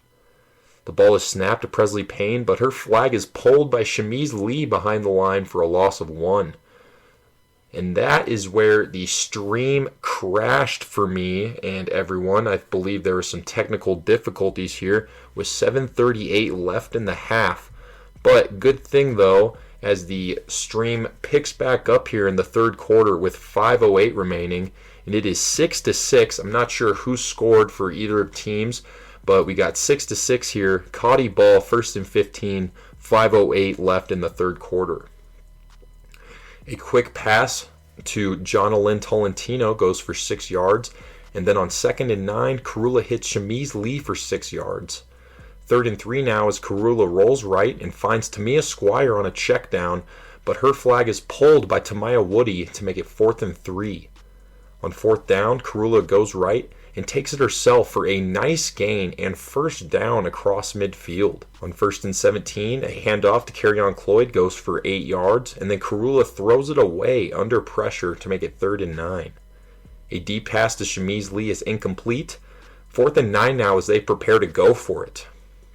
On 4th down here, Itzon Rojas Gibbs gets a huge sack for Campbellsville for a turnover on downs. Sorry if I mispronounced that there. Please reach out to the podcast on Instagram to let us know if that was mispronounced. But back to the game here. Campbellsville Tigers ball, 1st and 6. Journey Knowles lobs a fadeaway pass under pressure, and the ball is caught by J.C. Harper for a 1st down across midfield. That play takes us to the end of the third quarter. We are still all tied up here, 6-6, heading into the final quarter of the game. It is 1st and 18 for the Campbellsville Tigers to start the fourth quarter. A snap goes to Presley Payne, and she takes that one for 5 to make it 2nd and 13. A pass is knocked away by Shamiz Lee, but a personal foul penalty near the quarterback gives the Tigers a 10-yard gain to make it 2nd and 3 here. Kerryon Cloyd stops a QB scramble for a sack and a loss of 2 for her 3rd sack of the game. Awesome game from her in this one. On 3rd and 5, the Tigers pitch it to Payne, but Chanel Norris gets a big stop short of the first to make it 4th and 1. Payne takes the direct snap and runs it right for a 1st down and about 15 to put the Tigers in the red zone. Kerryon Cloyd gets yet another sack here on the scramble on the next play to make it 2nd and 16 for her 4th of the game. And then a Journey Knowles pass to Angeline Beecher is complete for a nice gain. The pass to the end zone on 3rd down was overthrown, and on 4th and 6 here, they snap it to Presley Payne, and she pitches it back to Journey Knowles on a power option, but Knowles is stopped short of the end zone for a turnover on downs. 1st and 15 here for the Comets as they try to take a late lead here with 6:15 left to start the drive. Karula takes the power left for 4 yards, 2nd and 11 here. A quick pass to Shamiz Lee makes it 3rd and 1, and a pass intended for Lee gets batted down by Annalise Beecher for a great play as the Comets prepare to go for it. Amaya Karula takes it up the middle and avoids the flagpole for a big gain to make it 1st and 9 across midfield. An incomplete pass on 1st down followed by another incomplete pass that's nearly picked off on the next play makes it 3rd and 9 here for the Comets. And the 3rd down pass is way overthrown as the Comets set up to punt on 4th and 9. It is 1st and 6 here near midfield for the Tigers to start the drive, and that takes us to the 2-minute warning. A check down pass is stopped at the line of scrimmage by Chanel Norris to make it 2nd and 6, and then a dangerous pass into coverage is batted down by Shamiz Lee, who comes flying in at the last second. On 3rd and 5 here, the snap to Presley Payne is dropped for a loss to make it 4th and 10. The Tigers are taking the risk here, though, and they decide to go for it on 4th and 10 as Journey Knowles takes the snap and lobs one deep under pressure, but the pass is picked off by Shamiz Lee, and she takes that one all the way, except an illegal blocking penalty on the return wipes that game-winning pick 6 and brings them back to the Campbellsville 29-yard line. 1st and 19 here for the Comets with just 41 seconds left in the game. Let's see if they can score. Karula takes the snap and decides to run it for a solid gain, plus a holding penalty tacks on 5 yards to give the Comets a 1st down in the red zone with 34 seconds left in the game. On 1st and 17, Karula finds Juliet Johnson on a drag route for a decent gain, plus another holding penalty on Campbellsville gives them 5 more yards and an automatic 1st down to make it 1st and 5 in the red zone with 28 seconds left in the game. A check down pass to Tamia Squire goes for about 4 yards as Cottey calls timeout here with 16 seconds remaining in the game. On 2nd and 1, Karula runs it up the middle for the easy touchdown to make it 12-6 with 14 seconds remaining. And folks, that might be the dagger. The extra point was no good, so the Cottey Comets take a 6-point lead here very late in the game. 1st and 6 for the Campbellsville Tigers with 14 seconds remaining. A hook and ladder play is shut down by Shamiz Lee after 2 yards as the Tigers call timeout here with 9 seconds left in the game.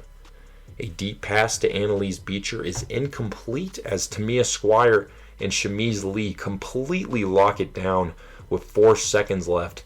Just enough time for one more play for the Tigers. A pass to Angeline Beecher falls incomplete as the Cottey Comets get the win over the Campbellsville Tigers 12-6 in an absolute thriller. That was a much needed win there for the Cottey Comets as they have been on a bit of a slide to start the season. Their defense finally showed out in this game by only allowing 6 points to a team in Campbellsville that had a rather nice start to their year at 2-0. Your PMC playmaker of the game is going to go to Kerryon Cloyd as she absolutely held down that Cottey front line with 4 sacks and numerous pressures across the entire game. She made it very difficult for the Campbellsville Tigers offense to get comfortable and is a huge reason why they only gave up 6 points. I also want to shout out Shamiz Lee for being the consistent number 1 target on offense and just for being a dog in the secondary as well. She is definitely one of the top playmakers on this team alongside Tamia Squire and Chanel Norris. As for Campbellsville, I wasn't too impressed with what I saw from them, to be completely honest. I think they got some great athletes in Annalise and Angeline Beecher, as well as Presley Payne, among others, but there's definitely some worry here as they struggled to get the ball into the end zone against a Cottey offense that has struggled pretty severely so far to start this season. It will be interesting to see how they respond to this rough Kansas road trip next week, but there are definitely some concerns to say the least. And with that outro out of the way, I want to thank you all for listening, and I will catch you in my next recap where we will be seeing what happened in the Cottey vs. Kansas Wesleyan game that took place directly after this one. Peace out. How's it going, y'all? Gino here, and I am back with another Week 3 KCAC recap from Sunday, March 3rd. This time we got a showdown between the 6-seeded Kansas Wesleyan Coyotes facing off against the 15-seeded Cottey Comets. Both of these squads are fresh off of wins against Campbellsville earlier in the day, so they are both feeling good heading into this one. Kansas Wesleyan has been looking extremely dominant on both sides to start the year, while Cottey has had their fair share of struggles. With that being said, let's go ahead and jump right into this recap. Starting off in the first quarter here, it is Kansas Wesleyan ball to start, and the first pass of the game is tipped and picked off by Tamia Squire to give Cottey the ball in the red zone. Very interesting start here. It is 1st and 14 for the Cottey Comets in the red zone. Alyssa Hollis is actually in at QB for Cottey as she takes the first down run left for 5 yards to make it 2nd and 9. A check down to Tamia Squire goes for a couple yards as Alexa Mansour gets the quick flag pull.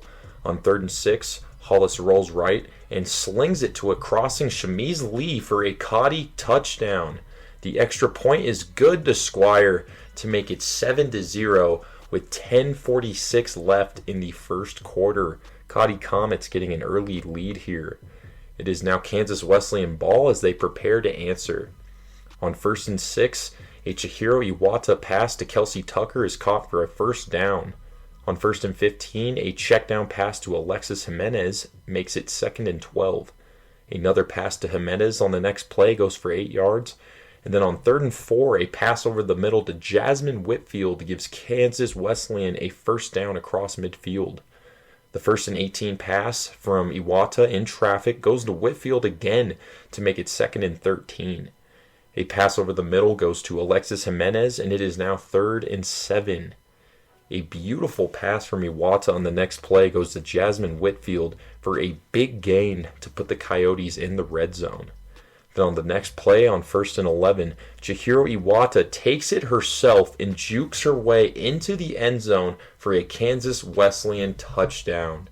Iwata then hit a wide-open Whitfield on the extra point to tie this one up at 7 apiece here with 6:07 left in the first quarter.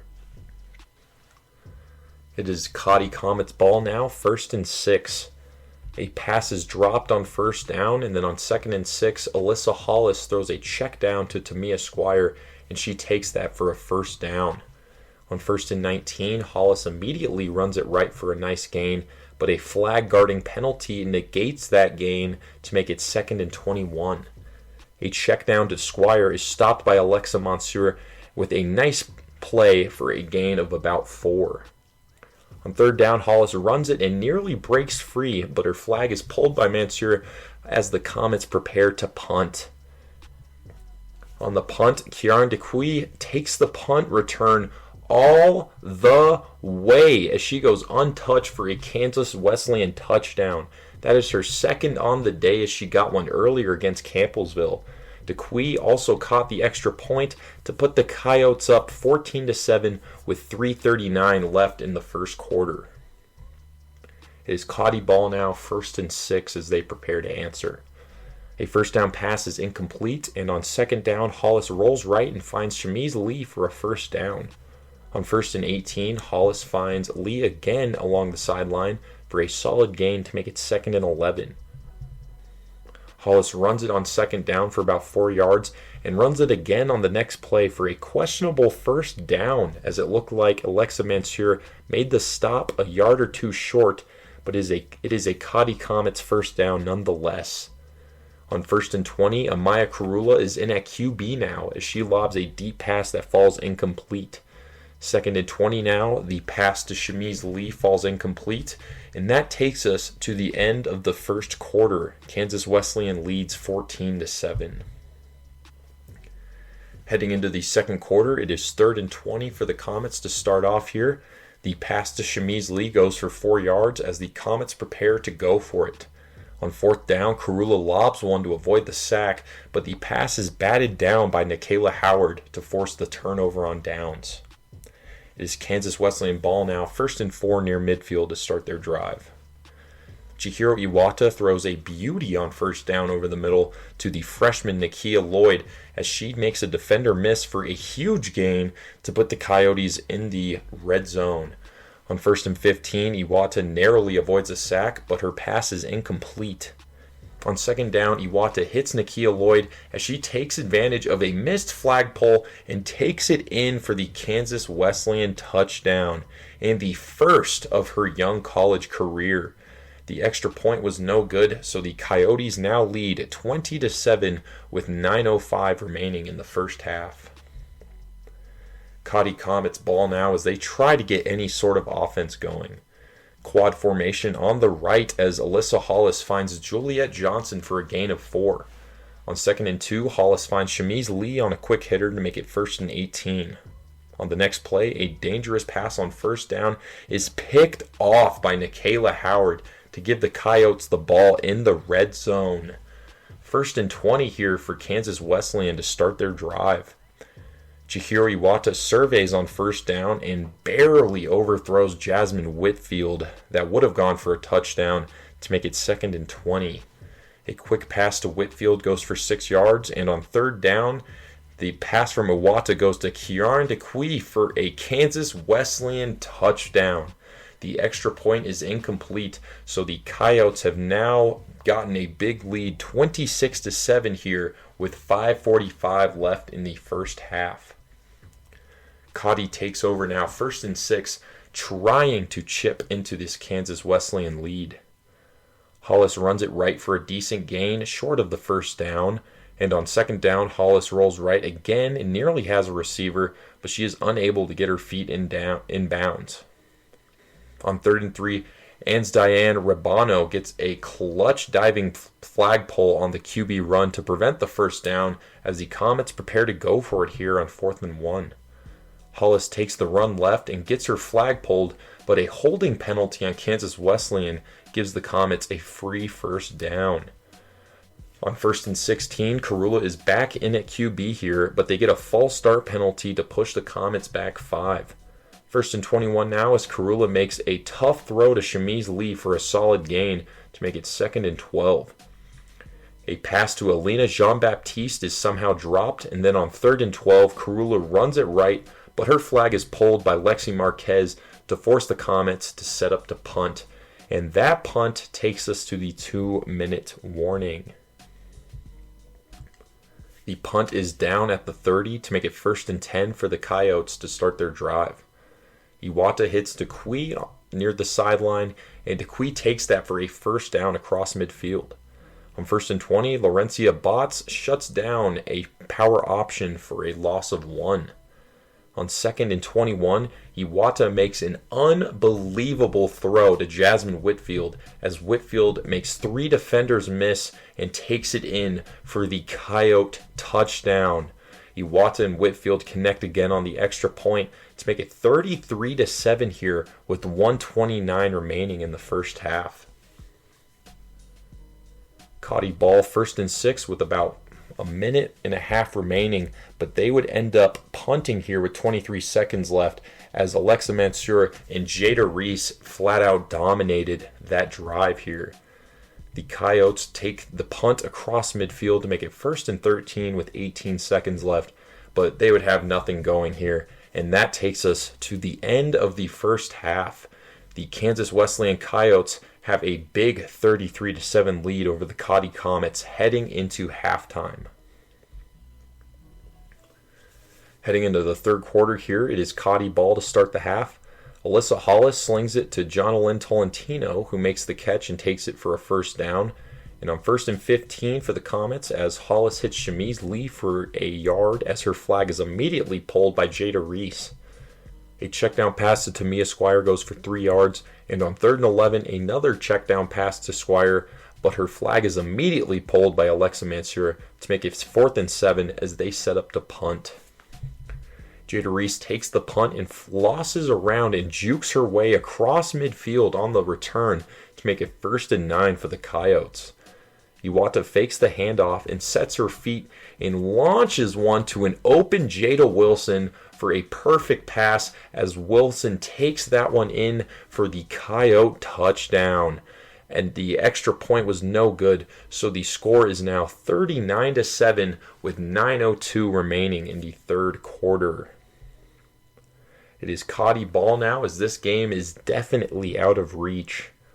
Hollis runs it for a decent gain, plus a holding penalty gives Cottey a first down. Doesn't matter though, as Mansour continues to dominate here for the Kansas Wesleyan defense, as Cottey would end up punting again.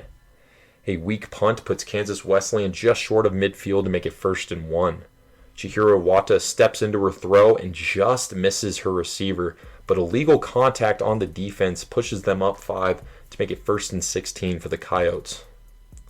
Iwata then hits Jada Wilson on the slant for a nice gain to put them in the red zone. On 1st and 19, a handoff to Aaliyah Young goes for 4 yards, and then another handoff to Young on the next play is stopped by Alyssa Hollis for a loss of 4. On 3rd and 19, Iwata connects with Tori Lauderchek, sorry if I mispronounced that, but a penalty on Cottey puts them up 10 to make it 3rd and 6. The third down pass is batted down by Shamiz Lee to make it 4th and 6 for the Coyotes. Then a touchdown pass is dropped in the end zone on the next play for a turnover on downs. 1st and 14 for Cottey to start their drive with 2:53 left in the third quarter. A check down pass to Squire stopped by Alexis Jimenez for a 2-yard gain, and then an awesome pass on the run goes to Juliet Johnson along the sideline to make it 3rd and 3. Hollis then finds Shamiz Lee along the sideline for a first down. On 1st and 19, the check down pass is dropped, and on 2nd and 19, Alyssa Hollis lobs it up to Shamiz Lee, who makes an amazing jumping grab between 2 defenders for a nice gain, and then an illegal contact penalty makes it 1st and 15 across midfield. Hollis rolls to her right under pressure and finds Laurencia Botts for a decent gain, and on 2nd and 12, Hollis scrambles it for 7 yards to make it 3rd and 5, and that takes us to the end of the third quarter. 3rd and 5 for the Comets to start off the final quarter of the game. Alyssa Hollis lobs a check down to Tamia Squire under pressure, and Mansour gets the flag pulled to make it 4th and 2. Hollis is unable to run it on 4th down as she lobs it up to Squire, and Jada Reese stops Squire short of the first down for a turnover on downs. And this is where I checked out of the game here with 10:45 left in the game, as the Kansas Wesleyan Coyotes clearly pulled away here. And our final score in this one is Kansas Wesleyan 46, Cottey College 13. Another big win here for the Kansas Wesleyan Coyotes as they flat out dominate Cottey in this one to stay undefeated on the season, even without Angel Roman out there. Your PMC playmaker of the game has got to be Chihiro Iwata, as she flat out dominated with 7 touchdowns, including 1 on the ground. She is easily one of the cleanest quarterbacks in all of NAIA, with her smooth mechanics and calm demeanor in the pocket. She absolutely elevates this offense to the next level with their amazing core of receivers. Jasmine Whitfield had another dominant performance, along with Kiaran DeQuee and Jada Wilson continuing to be extremely reliable options for Iwata to look for. And then you also have Jada Reese and Alexa Mansour, who are just flat out amazing on defense. The Kansas Wesleyan Coyotes are a scary opponent for anyone heading forward. As for Cottey, their defense came back down to earth in this one against a top opponent in the nation. The secondary missed numerous flag pulls on big plays, and their execution is clearly lacking on that side of the ball. As for the offense, they tried a different look with Alyssa Hollis moving in at QB for most of the game, but it didn't really seem to matter. There was just a lot of checkdowns and scrambles with very little plays for receivers down the field. There are clear concerns on both sides of the ball, as Tamia Squire and Shamiz Lee clearly need some help out there on offense. We'll see if we can get them to bounce back next week. With that outro out of the way, though, that wraps up my Week 3 recaps for y'all. This is Gino with the Playmakers Corner podcast checking out, and I will see you all in Week 4. Peace out. All right, now let's go ahead and talk about some of our candidates for Playmaker of the Week. Playmaker of the Week is brought to you by Code Red Coaching. Go ahead and check them out at coderedcoaching.com or call 720-979-1914. Like I said, check them out at coderedcoaching.com or call 720-979-1914. This week, there are a lot of blowouts. I'm not going to lie. A lot of blowouts in this one. Not too many close games here, but I do want to go over a couple candidates that I had in, or that we had, I should say, in mind. Per usual for Ottawa, Madison Carrera has been playing lights out, so she is definitely one of ours. Chihiro Wada, she is another candidate for Playmaker of the Week, as she, well, first off, led a great comeback against Midland, where they were down 14 at half, scored a bunch of unanswered points to eventually win it, including the game-winning touchdown. She scored every touchdown, actually, for them. I think that is worth mentioning there, so there you go. Another one is Jasmine Roden for Keiser. She's been lights out, playing really efficient football, especially against a pretty solid Reinhardt team. You know, she didn't have Kennedy Foster or Ashley Clam, but played extremely well against them, so gotta, keep her in mind as well. And then last but not least here, we have Gabriella Zabaleta from Baker, who absolutely turned up with around 7 or so touchdowns in their win against Bethel. And I mean, those are just great stats, so you can't deny those. But there can only be one. So our Week 3 Playmaker of the Week is Kansas Wesleyan's quarterback Chihiro Wada. On the week, in the 3 NAIA games that she played this week, she threw for 785 passing yards, 10 passing touchdowns, while running for 83 rushing yards and 3 touchdowns, on top of leading a great comeback against Midland, at Midland, by the way, for the second year in a row, which is big time.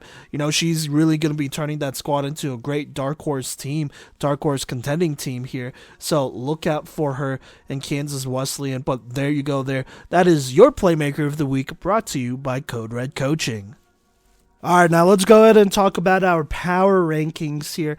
In case you're new to this and you don't know how this system works, myself, Kodey, and Gino, we individually rank the 20 teams 1 through 20, and then we basically add up points from there. And so if a team by any of us is ranked at number 1, they get 20 points, 2, 19, 3, 18, so on and so on.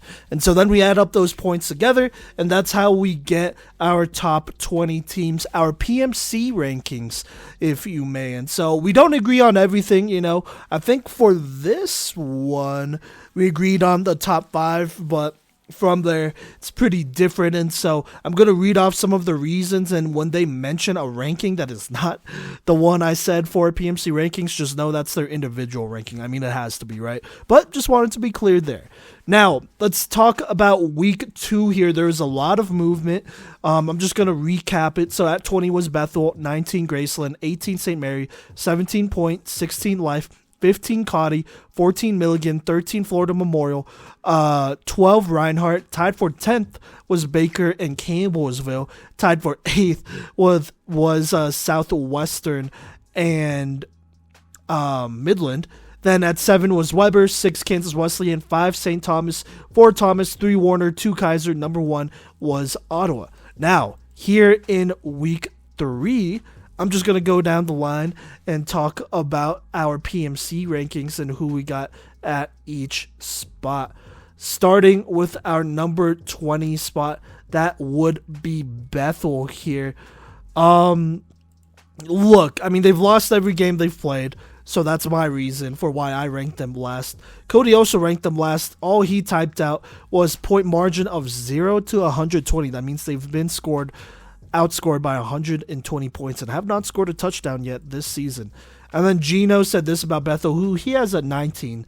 He says, the only reason Bethel moved up this week is because I'm pretty sure Graceland doesn't even have a team this year. Gino, you're wrong. I told you in the group chat that they did. Come on, man. And they play this next week, actually. But at 19 is Graceland. They haven't played yet, though, so, I mean, still, I get not moving them, up as they haven't lost either. Or not moving them down as they haven't lost either. So there you go there. But nobody else had anything to say about Graceland. At 18 is St. Mary. They stay here at 18. This is what Gino had to say about them. He said Ottawa either took it easy on them or St. Mary just managed some good defensive drives. Either way, I put them up one spot this week to 17 in my rankings. Kodey had this to say about St. Mary. Wasn't expecting much different out of the Ottawa game, but this is feeling like another lost season for the Spires. Yes, unfortunately, we'll have to agree there. Moving on at 17, we have Point. I don't believe they played this season. They did play this season, and they have played this week. They played Keiser, and all Kodey said was Keiser is good. I don't think he moved Point up or down. They stay at 17 for them. So there you go there. And then Gino did not have anything to say about Point. Moving on, we have Life, and they did not play this week as they were on a bye, so there you go there. They move neither up or down. But at 15, we have Campbellsville, who does drop out of the top 10.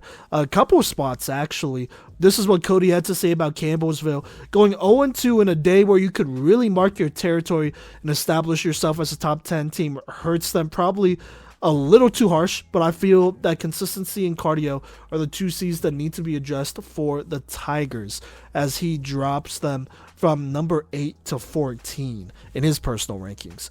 Gino had this to say about Campbellsville, who he also dropped from 11 to 13, but he said the Tigers had a rough stretch on their Kansas road trip, including only putting up 6 against a rather bad Cottey defense. They fall back 2 spots in my rankings, mostly because of that Cottey game. And yeah, I don't have too much more to add. I absolutely agreed. I felt like this week was a good opportunity for them to go ahead and establish themselves as a true top 10 team instead of just being tied for 10 here.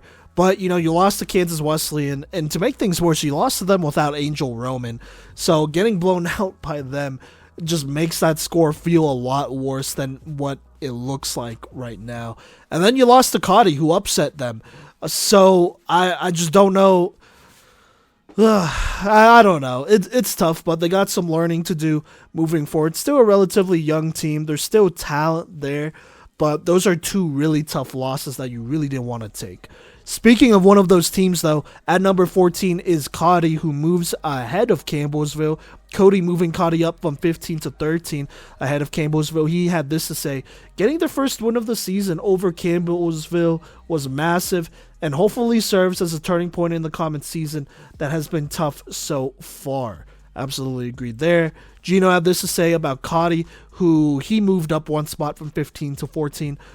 He said, the good is that they got the win over a team in Campbellsville that was nearly top 10. The bad, I really don't know what they're going to do on offense. They switched to Alyssa Hollis at quarterback against KWU, but that didn't matter as they struggled to move the ball no matter what. First things first, good win against Campbellsville. Got to feel good about that. Second, the quarterback position. Yes, Alyssa Hollis, they did win.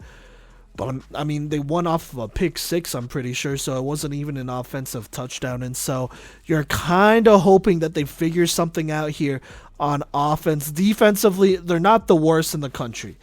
Offensively, I don't think they're the worst, but they are not, I don't know if they're top 15 or 16, to be fair with you. So, yeah, I don't know. We'll just have to see what happens. At 13 is Florida Memorial, who doesn't move up in our rankings, but this is what Kodey had to say about FMU. He said the mental mistakes and the penalties might keep this team out of the win column for quite some time. And there's some introspection required to turn this season around. That means you got to look within yourself in case you don't know what introspection means. Kodey with the big $5 awards out here. And then you got Gino, who moves FMU down from 14 to 15. He said an 0-5 start, and 3 losses this week puts Florida Memorial down 1 spot to 15 in my rankings.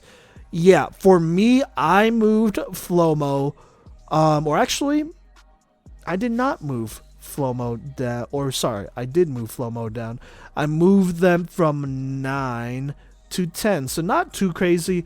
Here's my thing about Florida Memorial, because I've watched all their games pretty much so far this season.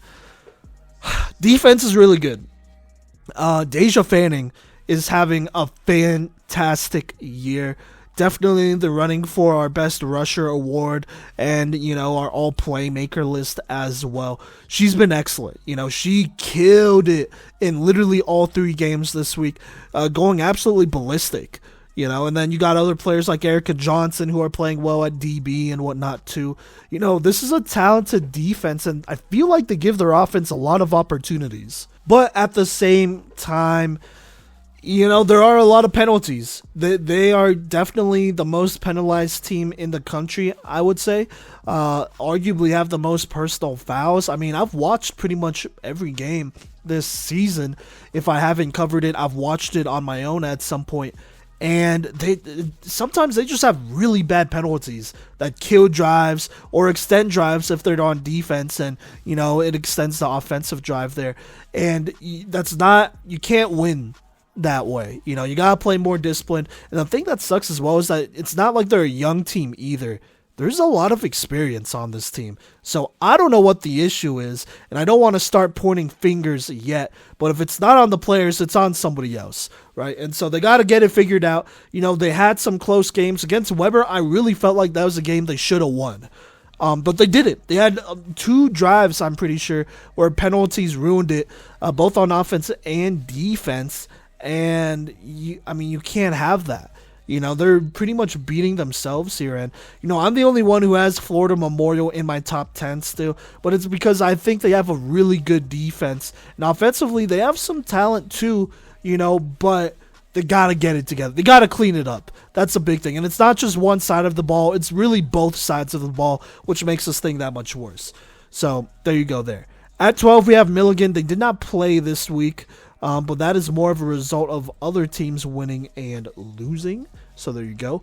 At 11, we have Reinhardt. This is what Kodey had to say about Reinhardt here, who he has at 9. He said, I'm not stoked about the showing to Keiser, but getting some points on the board against a powerhouse isn't extremely punishable. Gino had this to say about Reinhardt, who he has at 11, moving up 1 spot. He said they didn't put up much of a fight versus Keiser, but then again, I don't have them on Keiser's level yet. Between that and Campbellsville losing, they move up to 11 this week. Yeah, absolutely agreed here. Look, I remember this Reinhardt team got 60-pieced last year. They basically cut that in half, which you got to feel good about. Obviously, Keiser's without Kennedy Foster and Ashley Clamp, but they have enough talent where they would have been a tough team to play regardless, right? So I think if you're Reinhardt, you feel good about the progression. Not satisfied, but you feel good about it. And so they continue to move here despite losing to 11. At 10, we have Midland, who drops a couple of spots, previously tied at 8th. This is what Kodey had to say about Midland. He said, blowing a lead and leaving plays on the field is just not how you want to leave the week, but that will leave them dropping a spot for Kodey, as he is tripping. He does not drop. He had Midland at 12 last week and Midland at 12 this week. So I think he meant PMC rankings wise. So there you go there. Also, Gino did not drop Midland either. They both had them at 9, but he said this: they lose a close one to a great KWU squad, so they stay put at 9. I moved Midland because they lost. I feel like that's not that crazy of a take. I moved them from... Actually, I don't think I moved them at all here. Just kidding. So we all ranked Midland at the same spot. I think it's because other teams are moving ahead. That's the big one there. And yes, that is true now that I'm looking at the points here. So none of us moved Midland down, but because of other teams moving ahead, they do got to move down. Against Kansas Wesleyan, I mean, you got to find a way to beat them, you know. Pretty much the same team was almost in this exact spot last year before Brianna Hernandez Silva marched down and threw that touchdown pass to win the game, right? And then it didn't quite happen that way. You know, they had a chance at the end, but I mean, not like a great chance. So there you go. I still feel good about Midland. I think they're getting better each day. Angel Uwani-Keo, want to shout her out. She looked pretty good throughout this game here, better than she has been before. And so just give them some time. But for now, Midland's right here at 10. At 9, though, is Baker, who moves just ahead of them. Kodey said big win on Saturday. That goes up 1, as in Baker goes up 1 for him. Gino said Baker destroyed Bethel as is expected for them. So I'm keeping them at 10 this week. So there you go. Yeah, I mean, they took care of business. They look really good. Showed that they could win with a couple other players at different positions as well. You know, Zabaleta moving over and getting a lot of those touchdowns, 7 to be exact. That was big time, so gotta love that. At 8 is Southwestern here. Kodey said this about Southwestern: a nice shellacking and playmakers clicking. Southwestern, a dark horse for sure.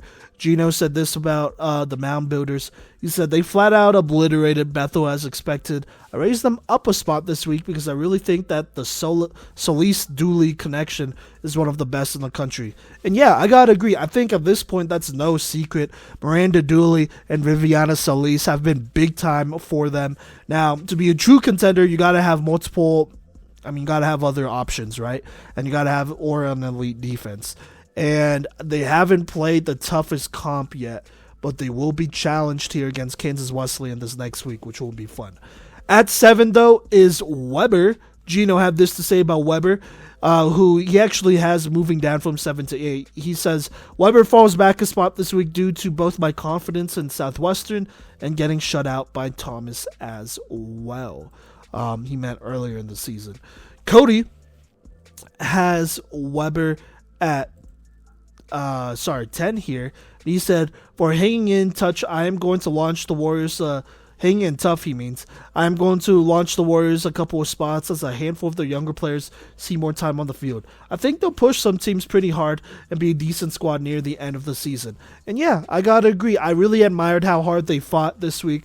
They've continued to gotten better and look better here against St. Thomas. I mean, that was a pretty close game. Gotta feel good about that being a 2-score game. So that gap isn't super large there. They're getting better, right? Samantha Wilson, she does her thing. Caitlin Sigmundy, she does her thing. Jasmine Henry, when she gets involved, they win. So there you go there. But you got some new faces like Riley Bolser, who's been really good for them, and more, who are going to continue to be really good for them. Sammy Gonzalez, who's not a new face, but had a great game against Florida Memorial. Obviously the pick 6, but really instrumental on both sides of the field. And so, you know, look out for Weber. I feel like they're always a team that gets stronger as the season goes on. The ceiling varies, but they always get better and stronger as the season goes on. So we'll see what's up with them. But at 6 here, we have St. Thomas, who does move out of the top 5 here. Kodey has St. Thomas at 6. He says, I'm not convinced by this squad that isn't showing me the dominance I was expecting from them in the preseason. Gino said this about STU. 2 games and only 6 points allowed is awesome. They fall back a spot, though, this week due to Kansas Wesleyan's dominance. And yeah, I gotta agree. I mean, KWU had a great week. That's why I'm moving them up. But also, this offense for St. Thomas is not clicking the way I thought they would. Defensively, I think they're living up to expectations. But offensively, like, what's happening? And it's not young players. They're so experienced over there. So, I don't know. Hopefully, they figure it out. But for now, I'm going with Kansas Wesleyan ahead of them here, who is 5 in our PMC rankings, who moves up. I'll say my reasons first here. Chihiro Wada has been big time at quarterback for them. She's made some excellent throws. She's a dual threat. She can also run and be really shifty as well. And, you know, I think it's maybe a little bit of an upgrade, I'm going to be honest with you, for them. And they still have a great defense, have great receivers, weapons everywhere. Kansas Wesleyan is a dark horse team, and I'm really interested in seeing how they fare against a team like Ottawa, because I think that'll be really telling. Gino had this to say about the Coyotes. He said, I become more and more confident with KW every time I see them play, so they move into my top 5 this week. They are stacked on both sides of the ball and are a potential top 4 team depending on how they do against Southwestern. So there you go there. Kodey did not say anything about KWU. But yeah, I mean, they're a good squad. They should beat Southwestern. But who knows? It could be a trap game for sure. Now, our top 4 stays the same as it was last week because a lot of these teams did not play. Thomas is at 4. They didn't play. Warner is at 3. They did not play. Kodey did say this, though, about Warner. A well-deserved week off for the squad that has had an interesting gauntlet early in the season, which I absolutely agreed with. Played some really tough teams and have overcome a lot of them. That's why they're right here at 3. At 2, we got Keiser, who took care of business. Gino said 2 more blowouts this week solidifies their number 2 spot in my rankings. Kodey said Keiser is clicking. They're doing so without some of their top players, which is all the more to feel good about the squad. Agreed there. And then Ottawa, still at number 1. Kodey said another undefeated week and another number 1 spot. Gino says another week, another number 1 ranking for Ottawa. Yeah, I mean, they've looked dominant. They haven't played the greatest talent either, though. But, you know, when they get into those games against Kansas Wesleyan and whatnot, that we'll see where they're at for sure, and that'll be really telling. So there you go there. Once more, our Week 3 power rankings go. At 20, Bethel. 19, Graceland, who plays this week, by the way. 18, St. Mary. 17 Point. 16, Life. 15, Campbellsville. 14, Cottey. 13, Florida Memorial here. 12, Milligan. 11, Reinhardt. 10, Midland. 9, Baker. 8, Southwestern. 7, Weber. 6, St. Thomas. And at number 5 is Kansas Wesleyan. Then it goes 4, Thomas. 3, Warner. 2, Keiser. Number 1 is Ottawa. And also, I don't know why I did not make this change here, but Florida Memorial and Cottey, Florida Memorial and Cottey are actually tied at 13. So there you go there, but pretty much everything else is the same. So there you go there. Those are our power rankings for this week. All right, hey, thank you so much for rocking with us. I know there are a lot of blowouts, but I mean, we just don't want to go detail for detail on blowouts just because we have respect for those teams.